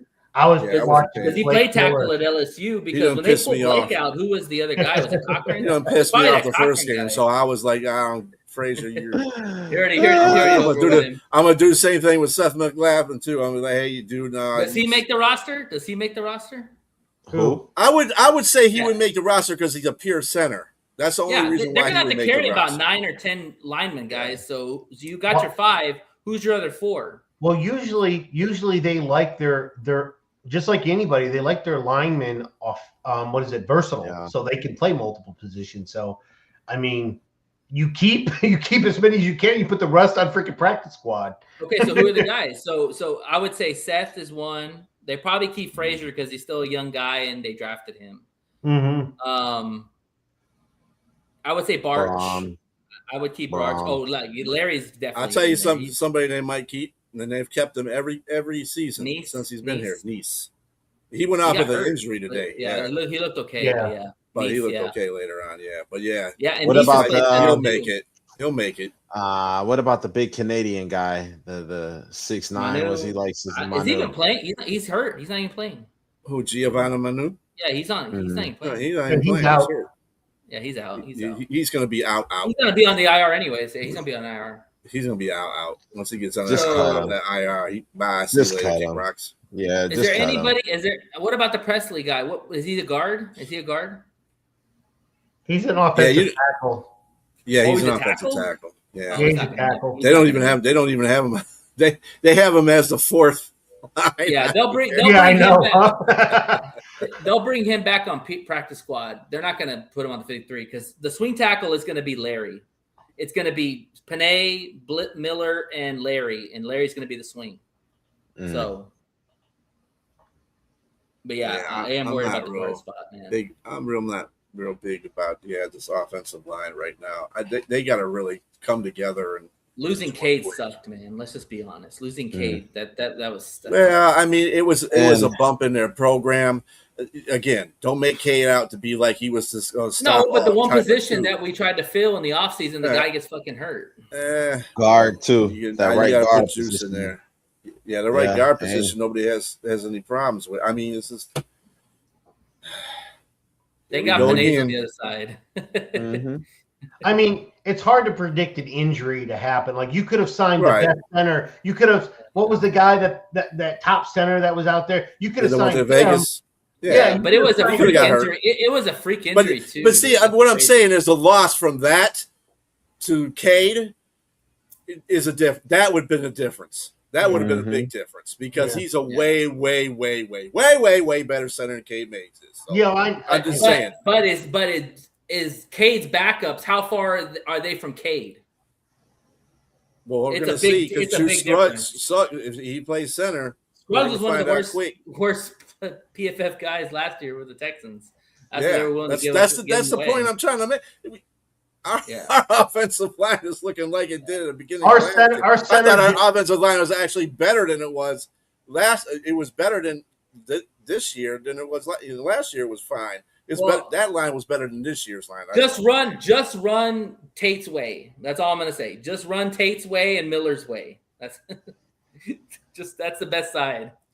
Be cautious about that too. Just run where Panay Sewell is at. You have to. Panay's gonna be protecting, so run that way. You can roll out. That's why you run that way. You roll to the left and run to the right. Gotta do something.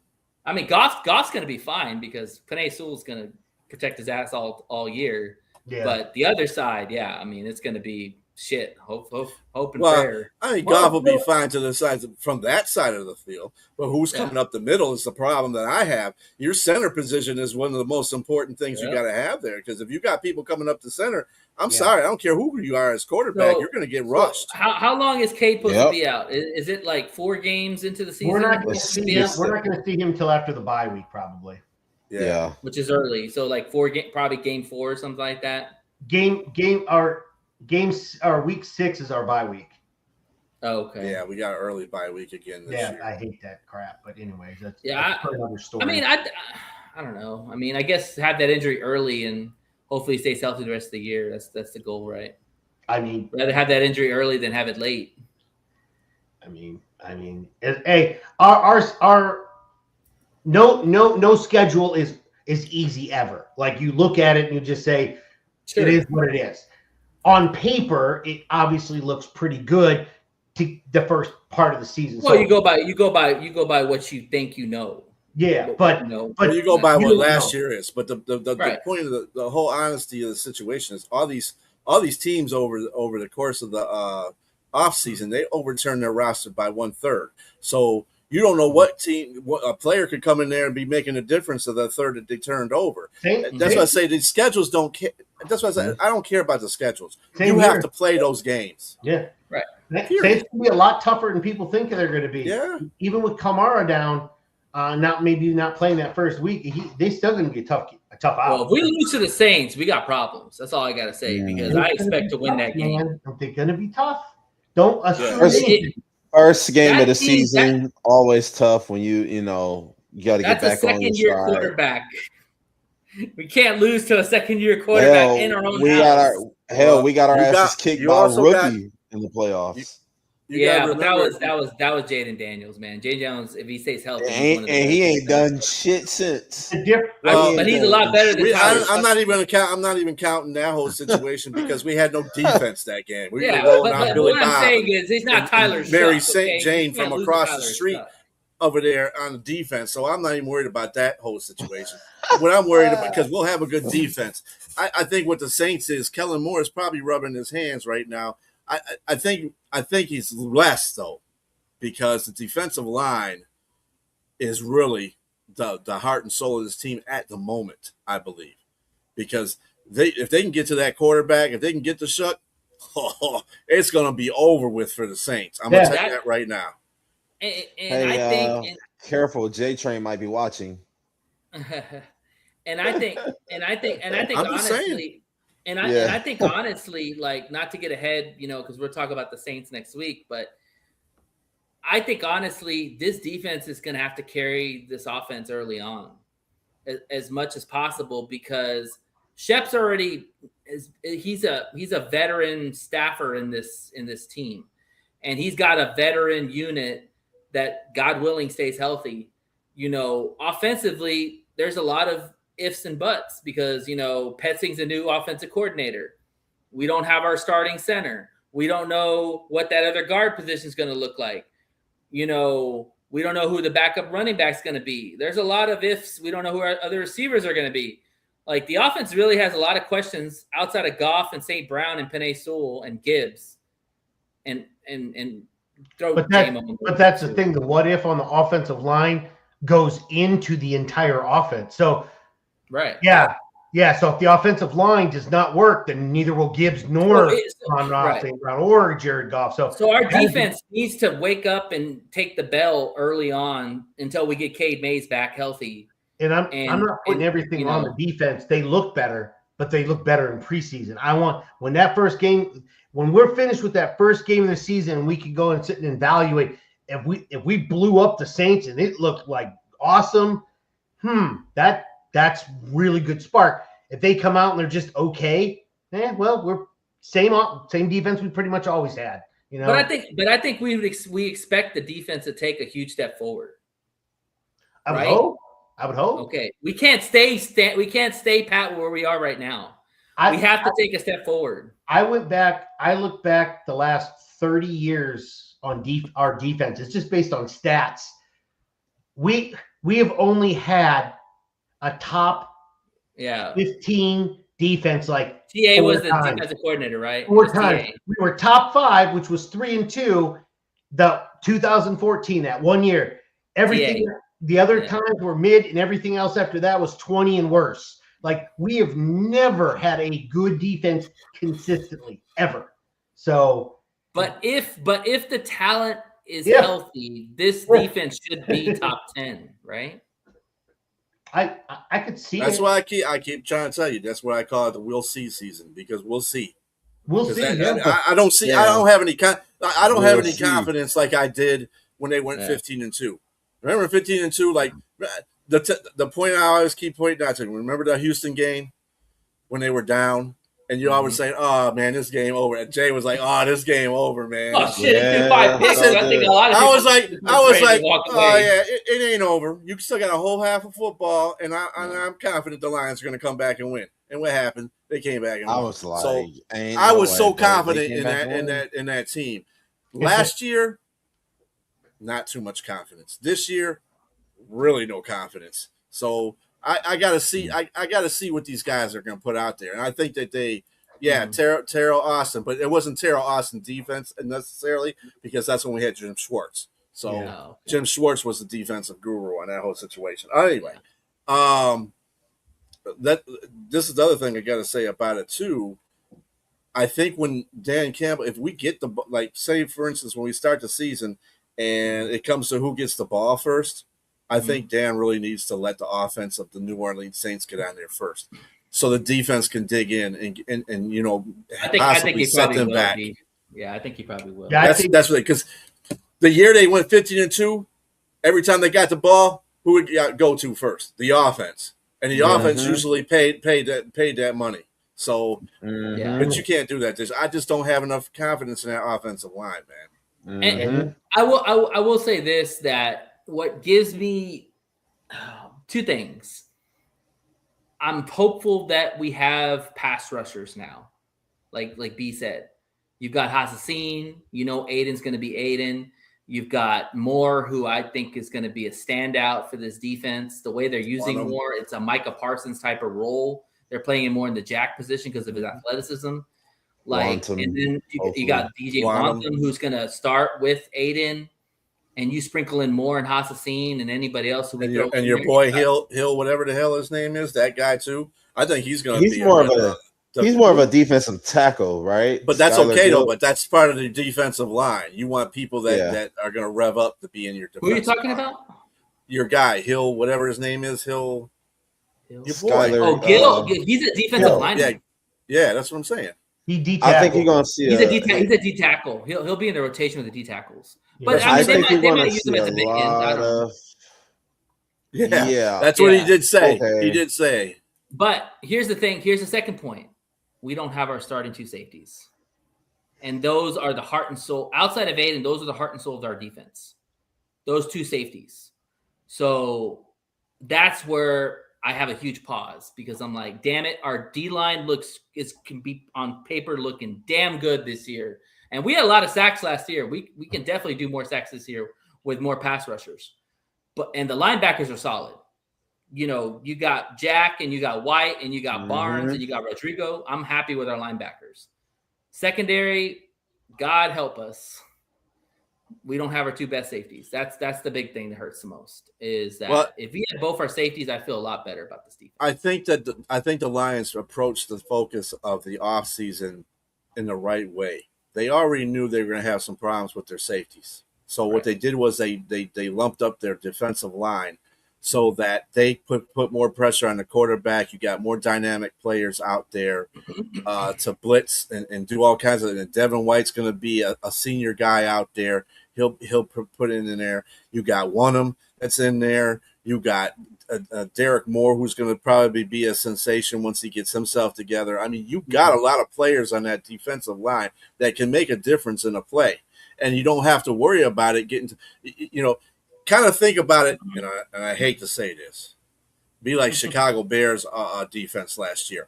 Their defensive line was pretty good, but the reason why they were opportunistic because the defensive line was putting pressure on the quarterback, and that's the reason why they forced the quarterbacks to turn over the ball. And they have ball hawking not against Detroit, but against other teams that they played and they have ball hawking players on the secondary. But they don't. But and that's what we need. We need them to give us turnovers where they're easy turnovers. Like that's the easiest way to eliminate a weakness on the defensive side.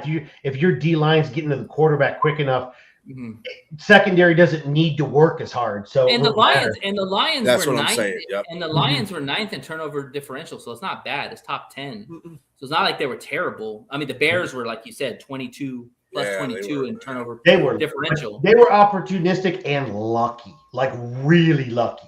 Also, too, they gave up a lot of yards too. They played the bendo break defense. They had a terrible defense. They really did. And it wasn't for those turnovers. Right, and that's fine. If we're gonna play the bendo break defense, we need to be damn good in the red zone. That's the key. We were terrible in the red zone last year. Everybody scored in the red zone against us. Yeah. So if we can be top 10 in the red zone, then you're talking about good situation for the Lions. If we gave up 400 yards of offense in a game and the other team only scored 14 points, I'm fine. Yeah. It's a lot of yards, but there's only 2 touchdowns, and we're going to outscore them. So. And B brings up the 15-2 season. When our offense was really good and defense was ass because we had nobody, what we have to do? We had to get them to punt.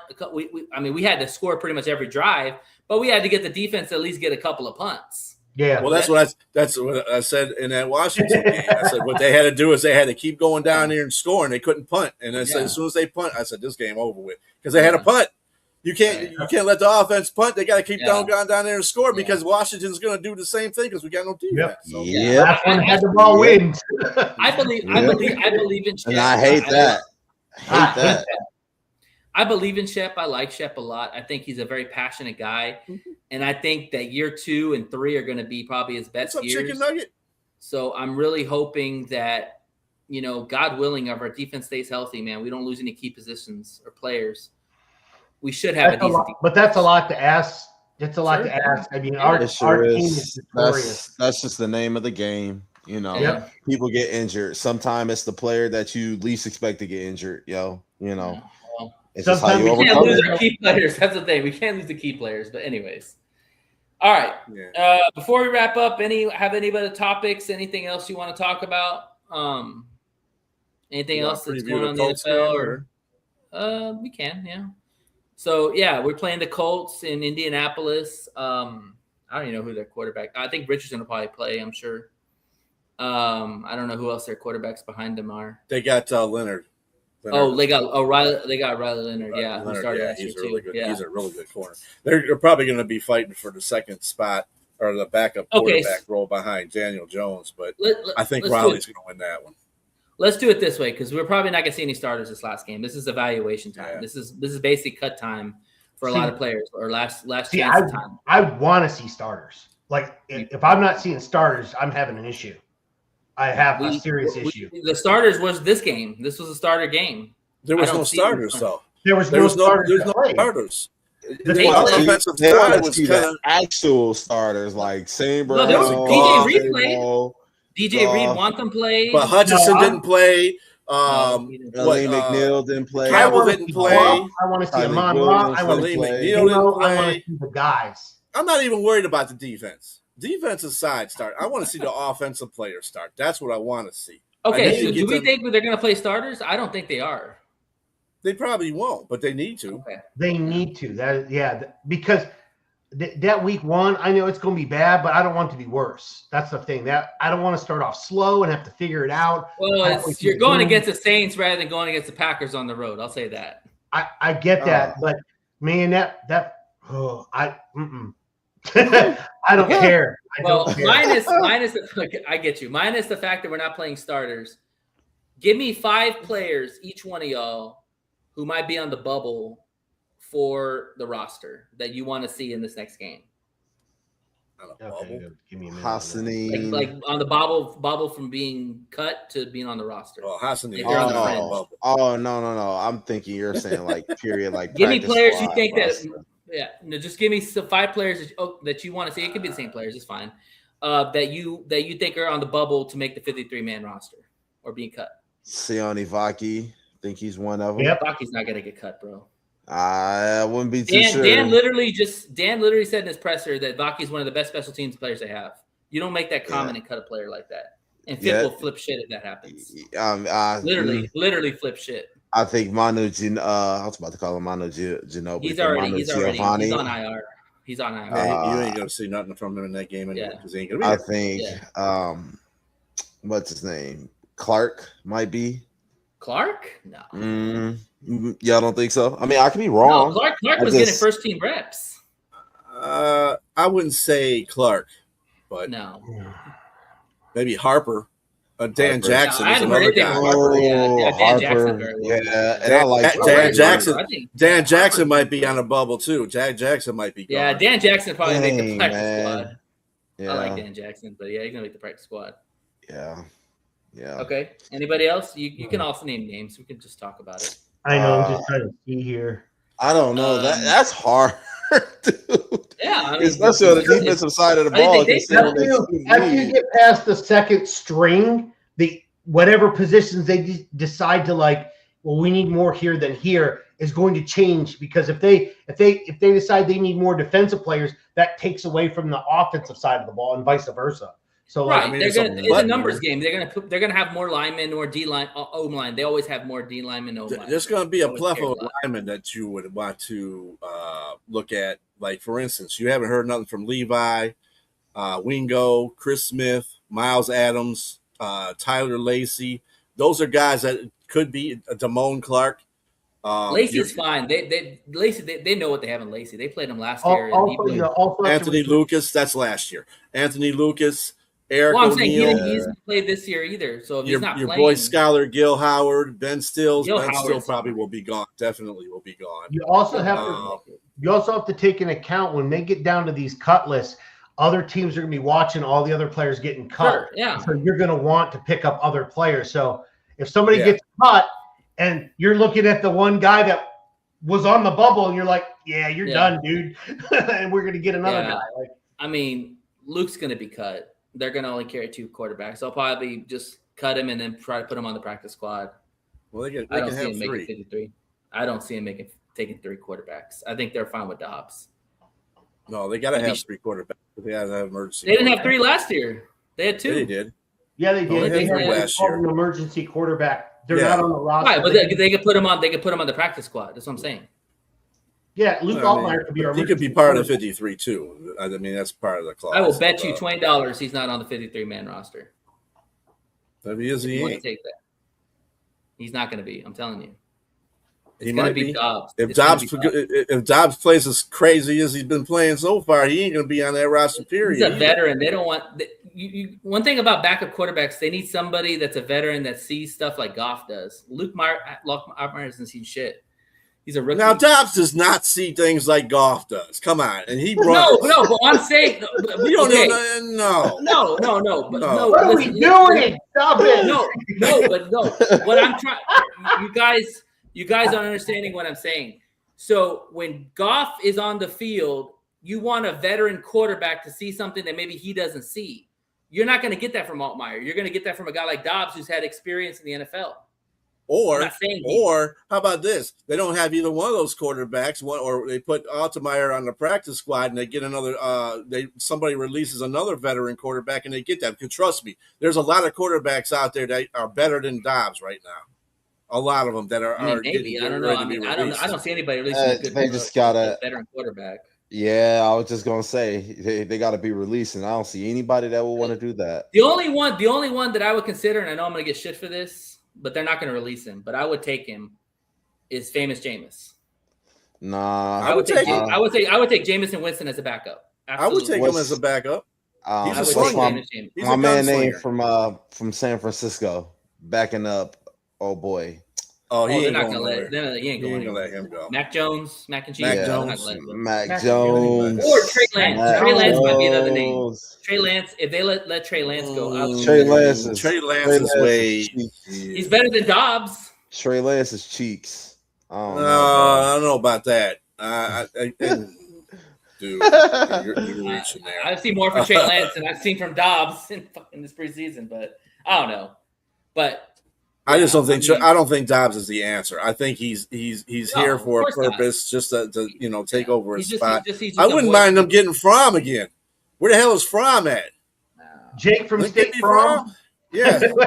Jack- If How somebody about like Fromm? Fromm, they would have picked them up already. How about this? Do you think Dobbs is better than Drew Aller or Will Howard or Mason Rudolph? Bleh. I would I not think take Drew Rudolph. I would maybe look at Will Howard. Because I those. think- Hell, Will Howard, nah. So you've got Aaron as the starter, and then you in Pittsburgh. Then you got Rudolph, Howard, and all. I mean, they all can't be. They can't carry 4 quarterbacks. So come on. most all teams have a good backup quarterback. Like well, they're not going Pittsburgh to is release smart. their backup. Pittsburgh is smart. They're not going to release Aller No. anyway. Aller's Aller's the future, good. bro. Aller's the future. Yeah. Will Howard is an Ohio State quarterback. That's all you need to say there. Oh, Anyway. that's why. No, it ain't that. He's Name terrible. a Ohio State quarterback right now that's good. Thank you. Anyway, next. Moving on. Outside Tom Brady, maybe Michigan quarterback is good. We're not talking about Michigan quarterbacks. Chad We're talking about Ohio State Henne. quarterbacks. Chad Henne. Yeah. He's not even playing anymore. Henne. Come on now. Well, I'm just saying. I'm just saying. Okay, so fine. So what if I'm trying to think of a quarterback that might be released. What if Flacco Let's get got Anthony released for Richardson. whatever reason? Would you take Flacco over Dobbs? Hey, I'd take Flacco.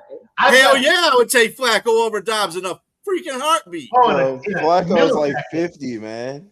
I don't give a damn. He can still win you Flacco's games. like 50. Yes, he can. I'll take. Hey, what about the quarterback from the Commanders that we played today? Like that other guy, I can't say his fucking name. Or Hartman? Whatever the hell Hartman is. I like Hartman. I mean, I would take. But is he really a veteran? I don't think he's Are a you talking veteran. about what is it? Calicac Yeah, not that guy. Not that guy. Something sack. I don't know. Calicac Madness or whatever his name is. Not that guy. Hell no. What if what if the Vikings release Wentz? Yeah, that could be. I can see that. You know what? I like that. Because you got Kyler and you got JJ. But the thing is, I don't think they want JJ. Actually, I would like a quarterback that has a little bit mobility. That if we're going to get as a backup and a veteran, so that they can run. Because I don't know how this offensive line is going to be. And if ever the case, knock on wood, that Goff gets hurt, we need a backup quarterback that can be mobile. Yeah. So I want somebody mobile. Yeah, for sure. I mean, but we're just talking about a backup. I think our future quarterback's in the draft. It's not anywhere on. I'm not talking about for future quarterback. Just somebody that can come in and just I'm talking about this year. Dobbs can run, but he can't pass worth a shit. So he's past his prime doing all that crap. Yeah, I agree. I mean, Luke Altmaier hasn't been bad. That's all right, Robbie. Allen's your quarterback. I don't care what you say. I mean, anyway. Altmaier's been what I expected him to be watching his tape. He doesn't have a lot of arm strength. He usually throws intermediate passes. We haven't seen a lot of deep shots with him. He's got a little wiggle, but like B said, he got to work on his awareness a little bit. But the line's not helping out either. He's not giving him a chance to even make a play. That Conklin fucking whiff was terrible, man. Like, god damn, like it's terrible. But Justin Fields in Detroit. You know what? I'll take Justin Fields, man. What's up, David? I'll take him over Dobbs. I'll take him over Hell Dobbs. Hell no. And I don't have a problem with that It would either. give him another option to and he's a running quarterback. Hell he's a no. mobile quarterback. And he's been killing our asses every time. So join the Who are you talking about? Fields. Justin Fields. I like him. He ain't leaving KC. If I was him, I would stay with KC the rest of my life. You know what? That other quarterback for KC, I forgot his name, England or something like that. He's not bad either. If he got released, I'd take a shot at him. Hey, I forgot what his. I can't say. Jay, Jay, let's go get JJ McCarthy. Hell no. Hell no. Keep him in Minnesota. I can't hit the broadside of a barn. Hell no, bro. McCarthy, I will say this: if Tyler, don't be bombing on my boy like that. He got put in a bad situation. Bro. I think he's going to be a good quarterback in the NFL. He's just not with Minnesota. That's all I'm going to say. Hey, what if Badgett got released from the Bears? Would you take Badgett? Got released? Tyler hell yeah, Badgett's another guy. I would take Badgett. I saw him at the Reese's Senior Bowl. He's got a lot. So Badgett has a good story. He wasn't even supposed to go to the Senior Bowl, and somebody didn't show up. So they walked out on his last game of the field, on the field, and told him personally that he got invited. He had a lot to play for. If anybody comes from a tough situation, it's Badgett. I would love him. He's been solid for Chicago. I think they gave him a contract, so they're not letting him go. Yeah, that's true. Yeah, he a 2-year contract. This will be the last of his 2 years. But you're going to see who gets what about Sam Levitt? Watson? Yeah, he gave up on football. I saw that. Sam Levitt? He gave up on football. I'm sorry, not Sam Levitt. What's his name? I can't even think of his name. What about porn star Jimmy? Is he still in the NFL? Jimmy G? Dude, Ty Simpson is legit. He looks good. Have you seen Ty Simpson in preseason? I like what I see from that guy. In preseason. I'm just saying. Everybody's doing great in preseason. He's the future after Stafford. That's why they drafted him. So the Rams better hope he's the future. I would take point star Jimmy. I wouldn't have took him that high. I'm sorry. I wouldn't have took him that high.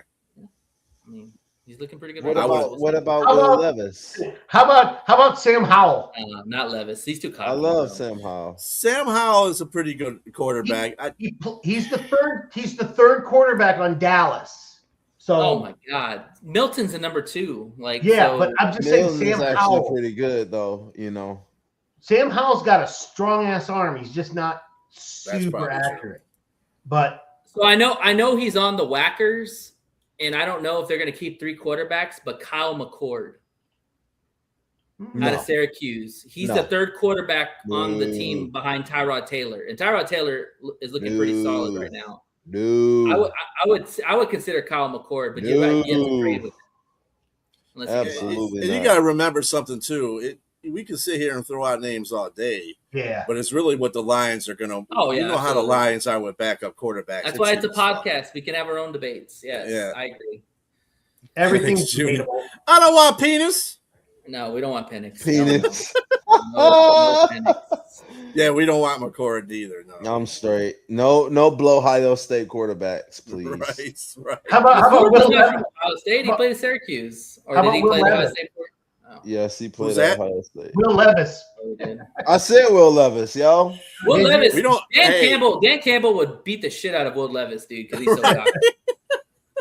And we You don't can't want no have two mayonnaise outfits. in our coffee. Yeah. Ew. That's where I was going with that. I was wondering would somebody catch on with that one. I Ew. don't want no That's mayonnaise in my disgusting. coffee. All right. Right. All right. Any other thoughts before we wrap this? Yeah, we don't need Rudolph. I'll keep Mason Dobbs. Rudolph ain't a bad choice. I mean, I'll keep he's- Dobbs over Rudolph. I don't know. All right. I wouldn't keep Dobbs over Rudolph. DJ Any final thoughts before we wrap this puppy up? Any thoughts? What y'all thinking or feeling right now? I'm not feeling confident. That's for sure. Ugh. I need to see something more. I'm telling you, I just need to. Yes, he's a disgusting individual. What do you need to see? What do you need to see? Tell me. I need to see this. I need to see the starters play at least one or two series next week. That's it. All like the starters. That's what I would like to see too. I'm with the C money. I gotta see it. If they're not playing, I'm not against it, but I don't think it'll happen. But I just don't like. I don't like to going into the. I know practice does a lot, but it doesn't give you the game intensity that a practice does. I just yeah. Mm-mm. That's what I'm saying. That's the reason why I'm Dobbs is through. I mean, 13-2. yeah. Mm-mm. I mean, with Goff and Amon-Ra St. Brown, I mean, their synergy is like this. I mean, I think the O-line. Hey, how's it going, man? The O-line might be something to consider because, yeah, we do need to see the O-line gelling. I mean, losing Cade Mays sucked, and so we got to see how Penei works with Mahogany or whoever it is, and then how Juice works with Ratledge and Miller. So that's why I want to see them on that there. at least one or two series, is because we see it in practice, and that's great. And when you fumble the ball and you're just like, shoot, we could start over again. In a real game, you can't. Yeah, but you know what? When you saw Dobbs get hit, everybody was like, yep, that's why Goff's not in there. Exactly. I guarantee a lot Well, of it didn't have people Penei Sewell either, and that's where what I'm saying. the You bulk of didn't have the starting- rush came from. The side. They're coming from the ends. All that game, most of the rush was coming from the end. So if you had Penei in there, if you had the actual offensive line that you wanted to put in there, I don't think that would have happened. So probably not. But we didn't see it from Penei, but we saw it from Decker. I saw it personally. The first play of the game, Goff gets laid out from Decker's side. So, I mean, I have all the faith in Penei Sewell, but guys, he hasn't played left tackle in almost 5-6 years. That's a dude that you can put in any spot. No, you can say that all you want, but it's like riding a bicycle. You get back on that boy, you know what's going on. That's the first night Hall of Famer. I think that.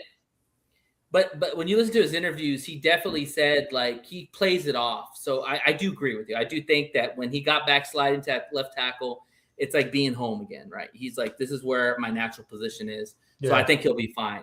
But there could be some rust. I don't know. We'll see what happens. Dude, as soon as he step away from the game, he gonna have that gold jacket. That's the dude you can put on that left side. He ain't got to play it for 10 years.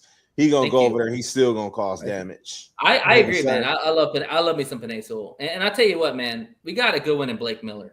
He's gonna have some ups and downs, but the guy's been durable. He's a rookie, right? But he's been durable his whole career. He's been solid, and you don't hear anything. Jay, I hear him in the background. I don't know why my camera isn't working. I mean, and you don't. All right, we can hear you. And you don't hear anything from Blake Miller, which is a good sign.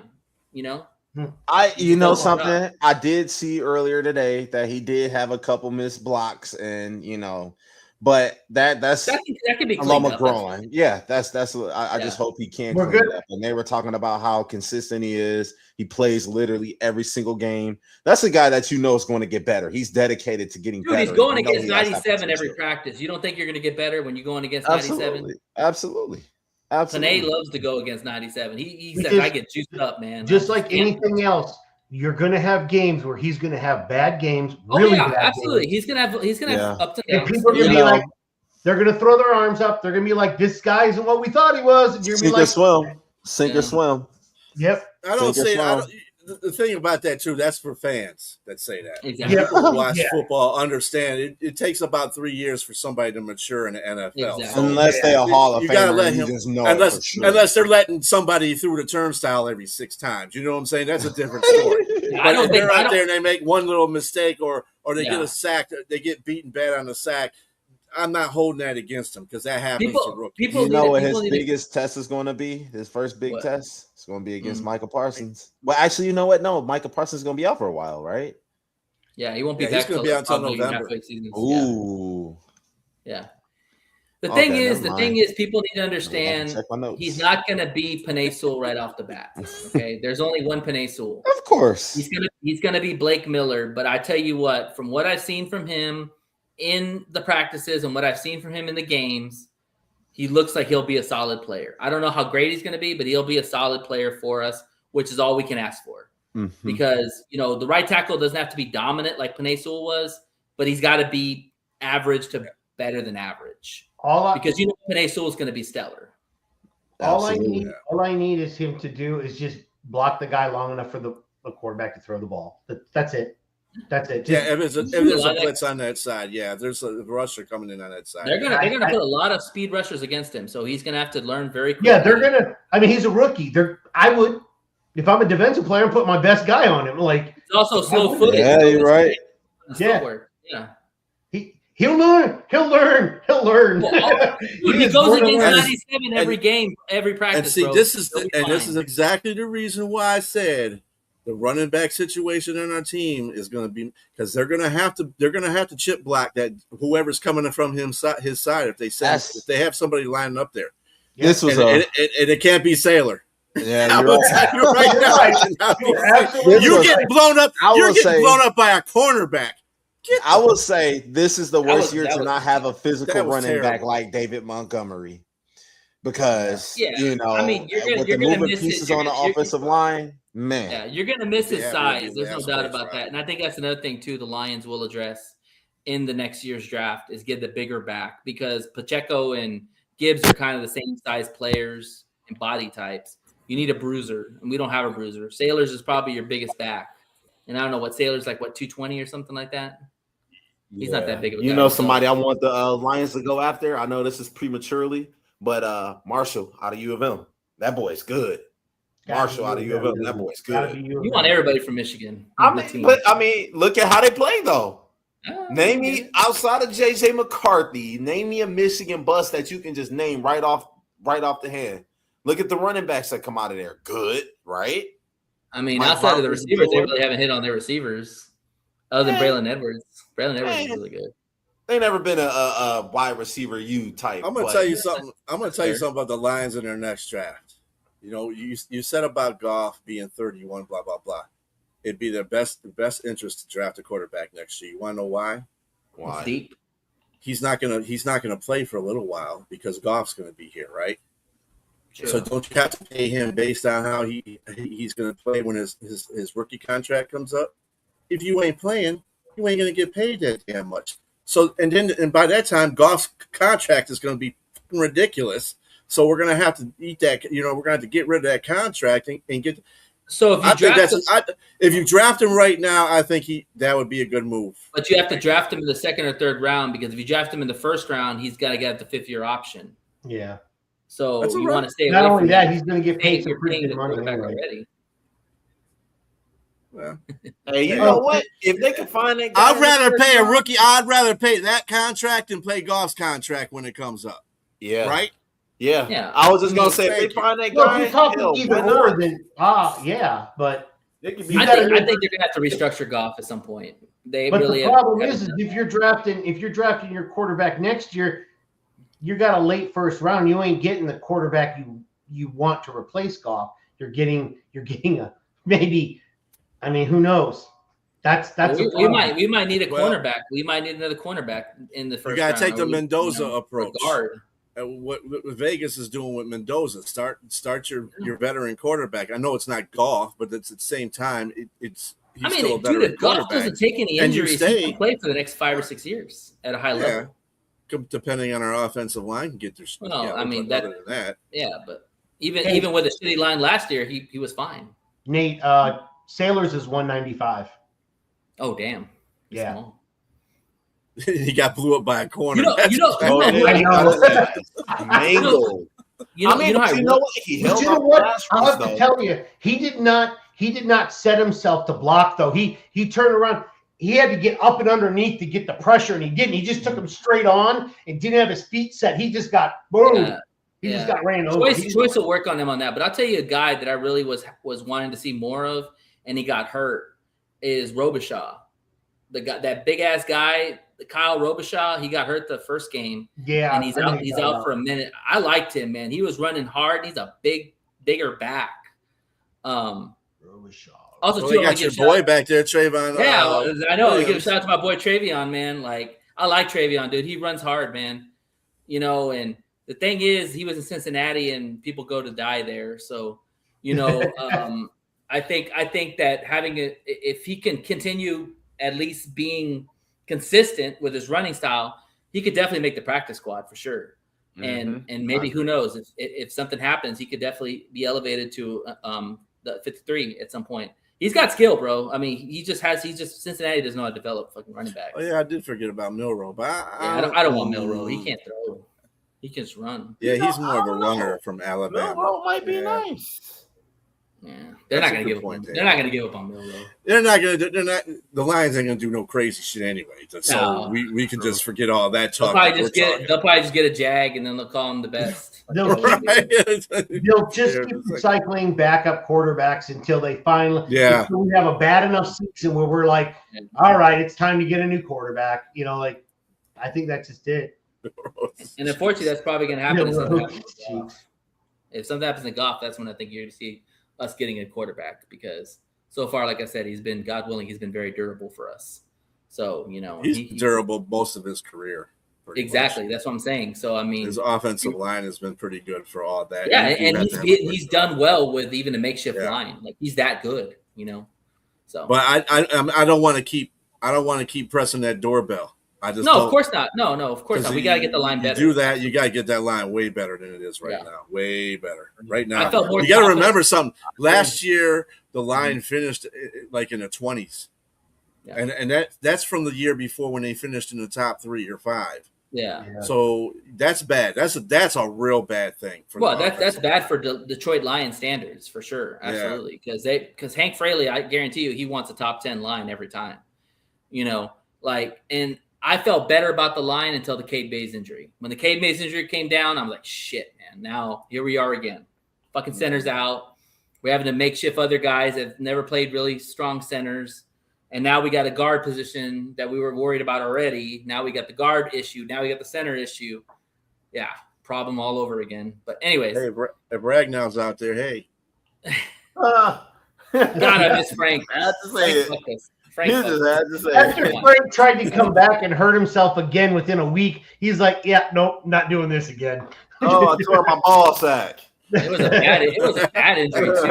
It was like a grade 3 hamstring injury. That's bad. That's the worst. Yeah, time to heal. He's gonna be fine. That dude played with what?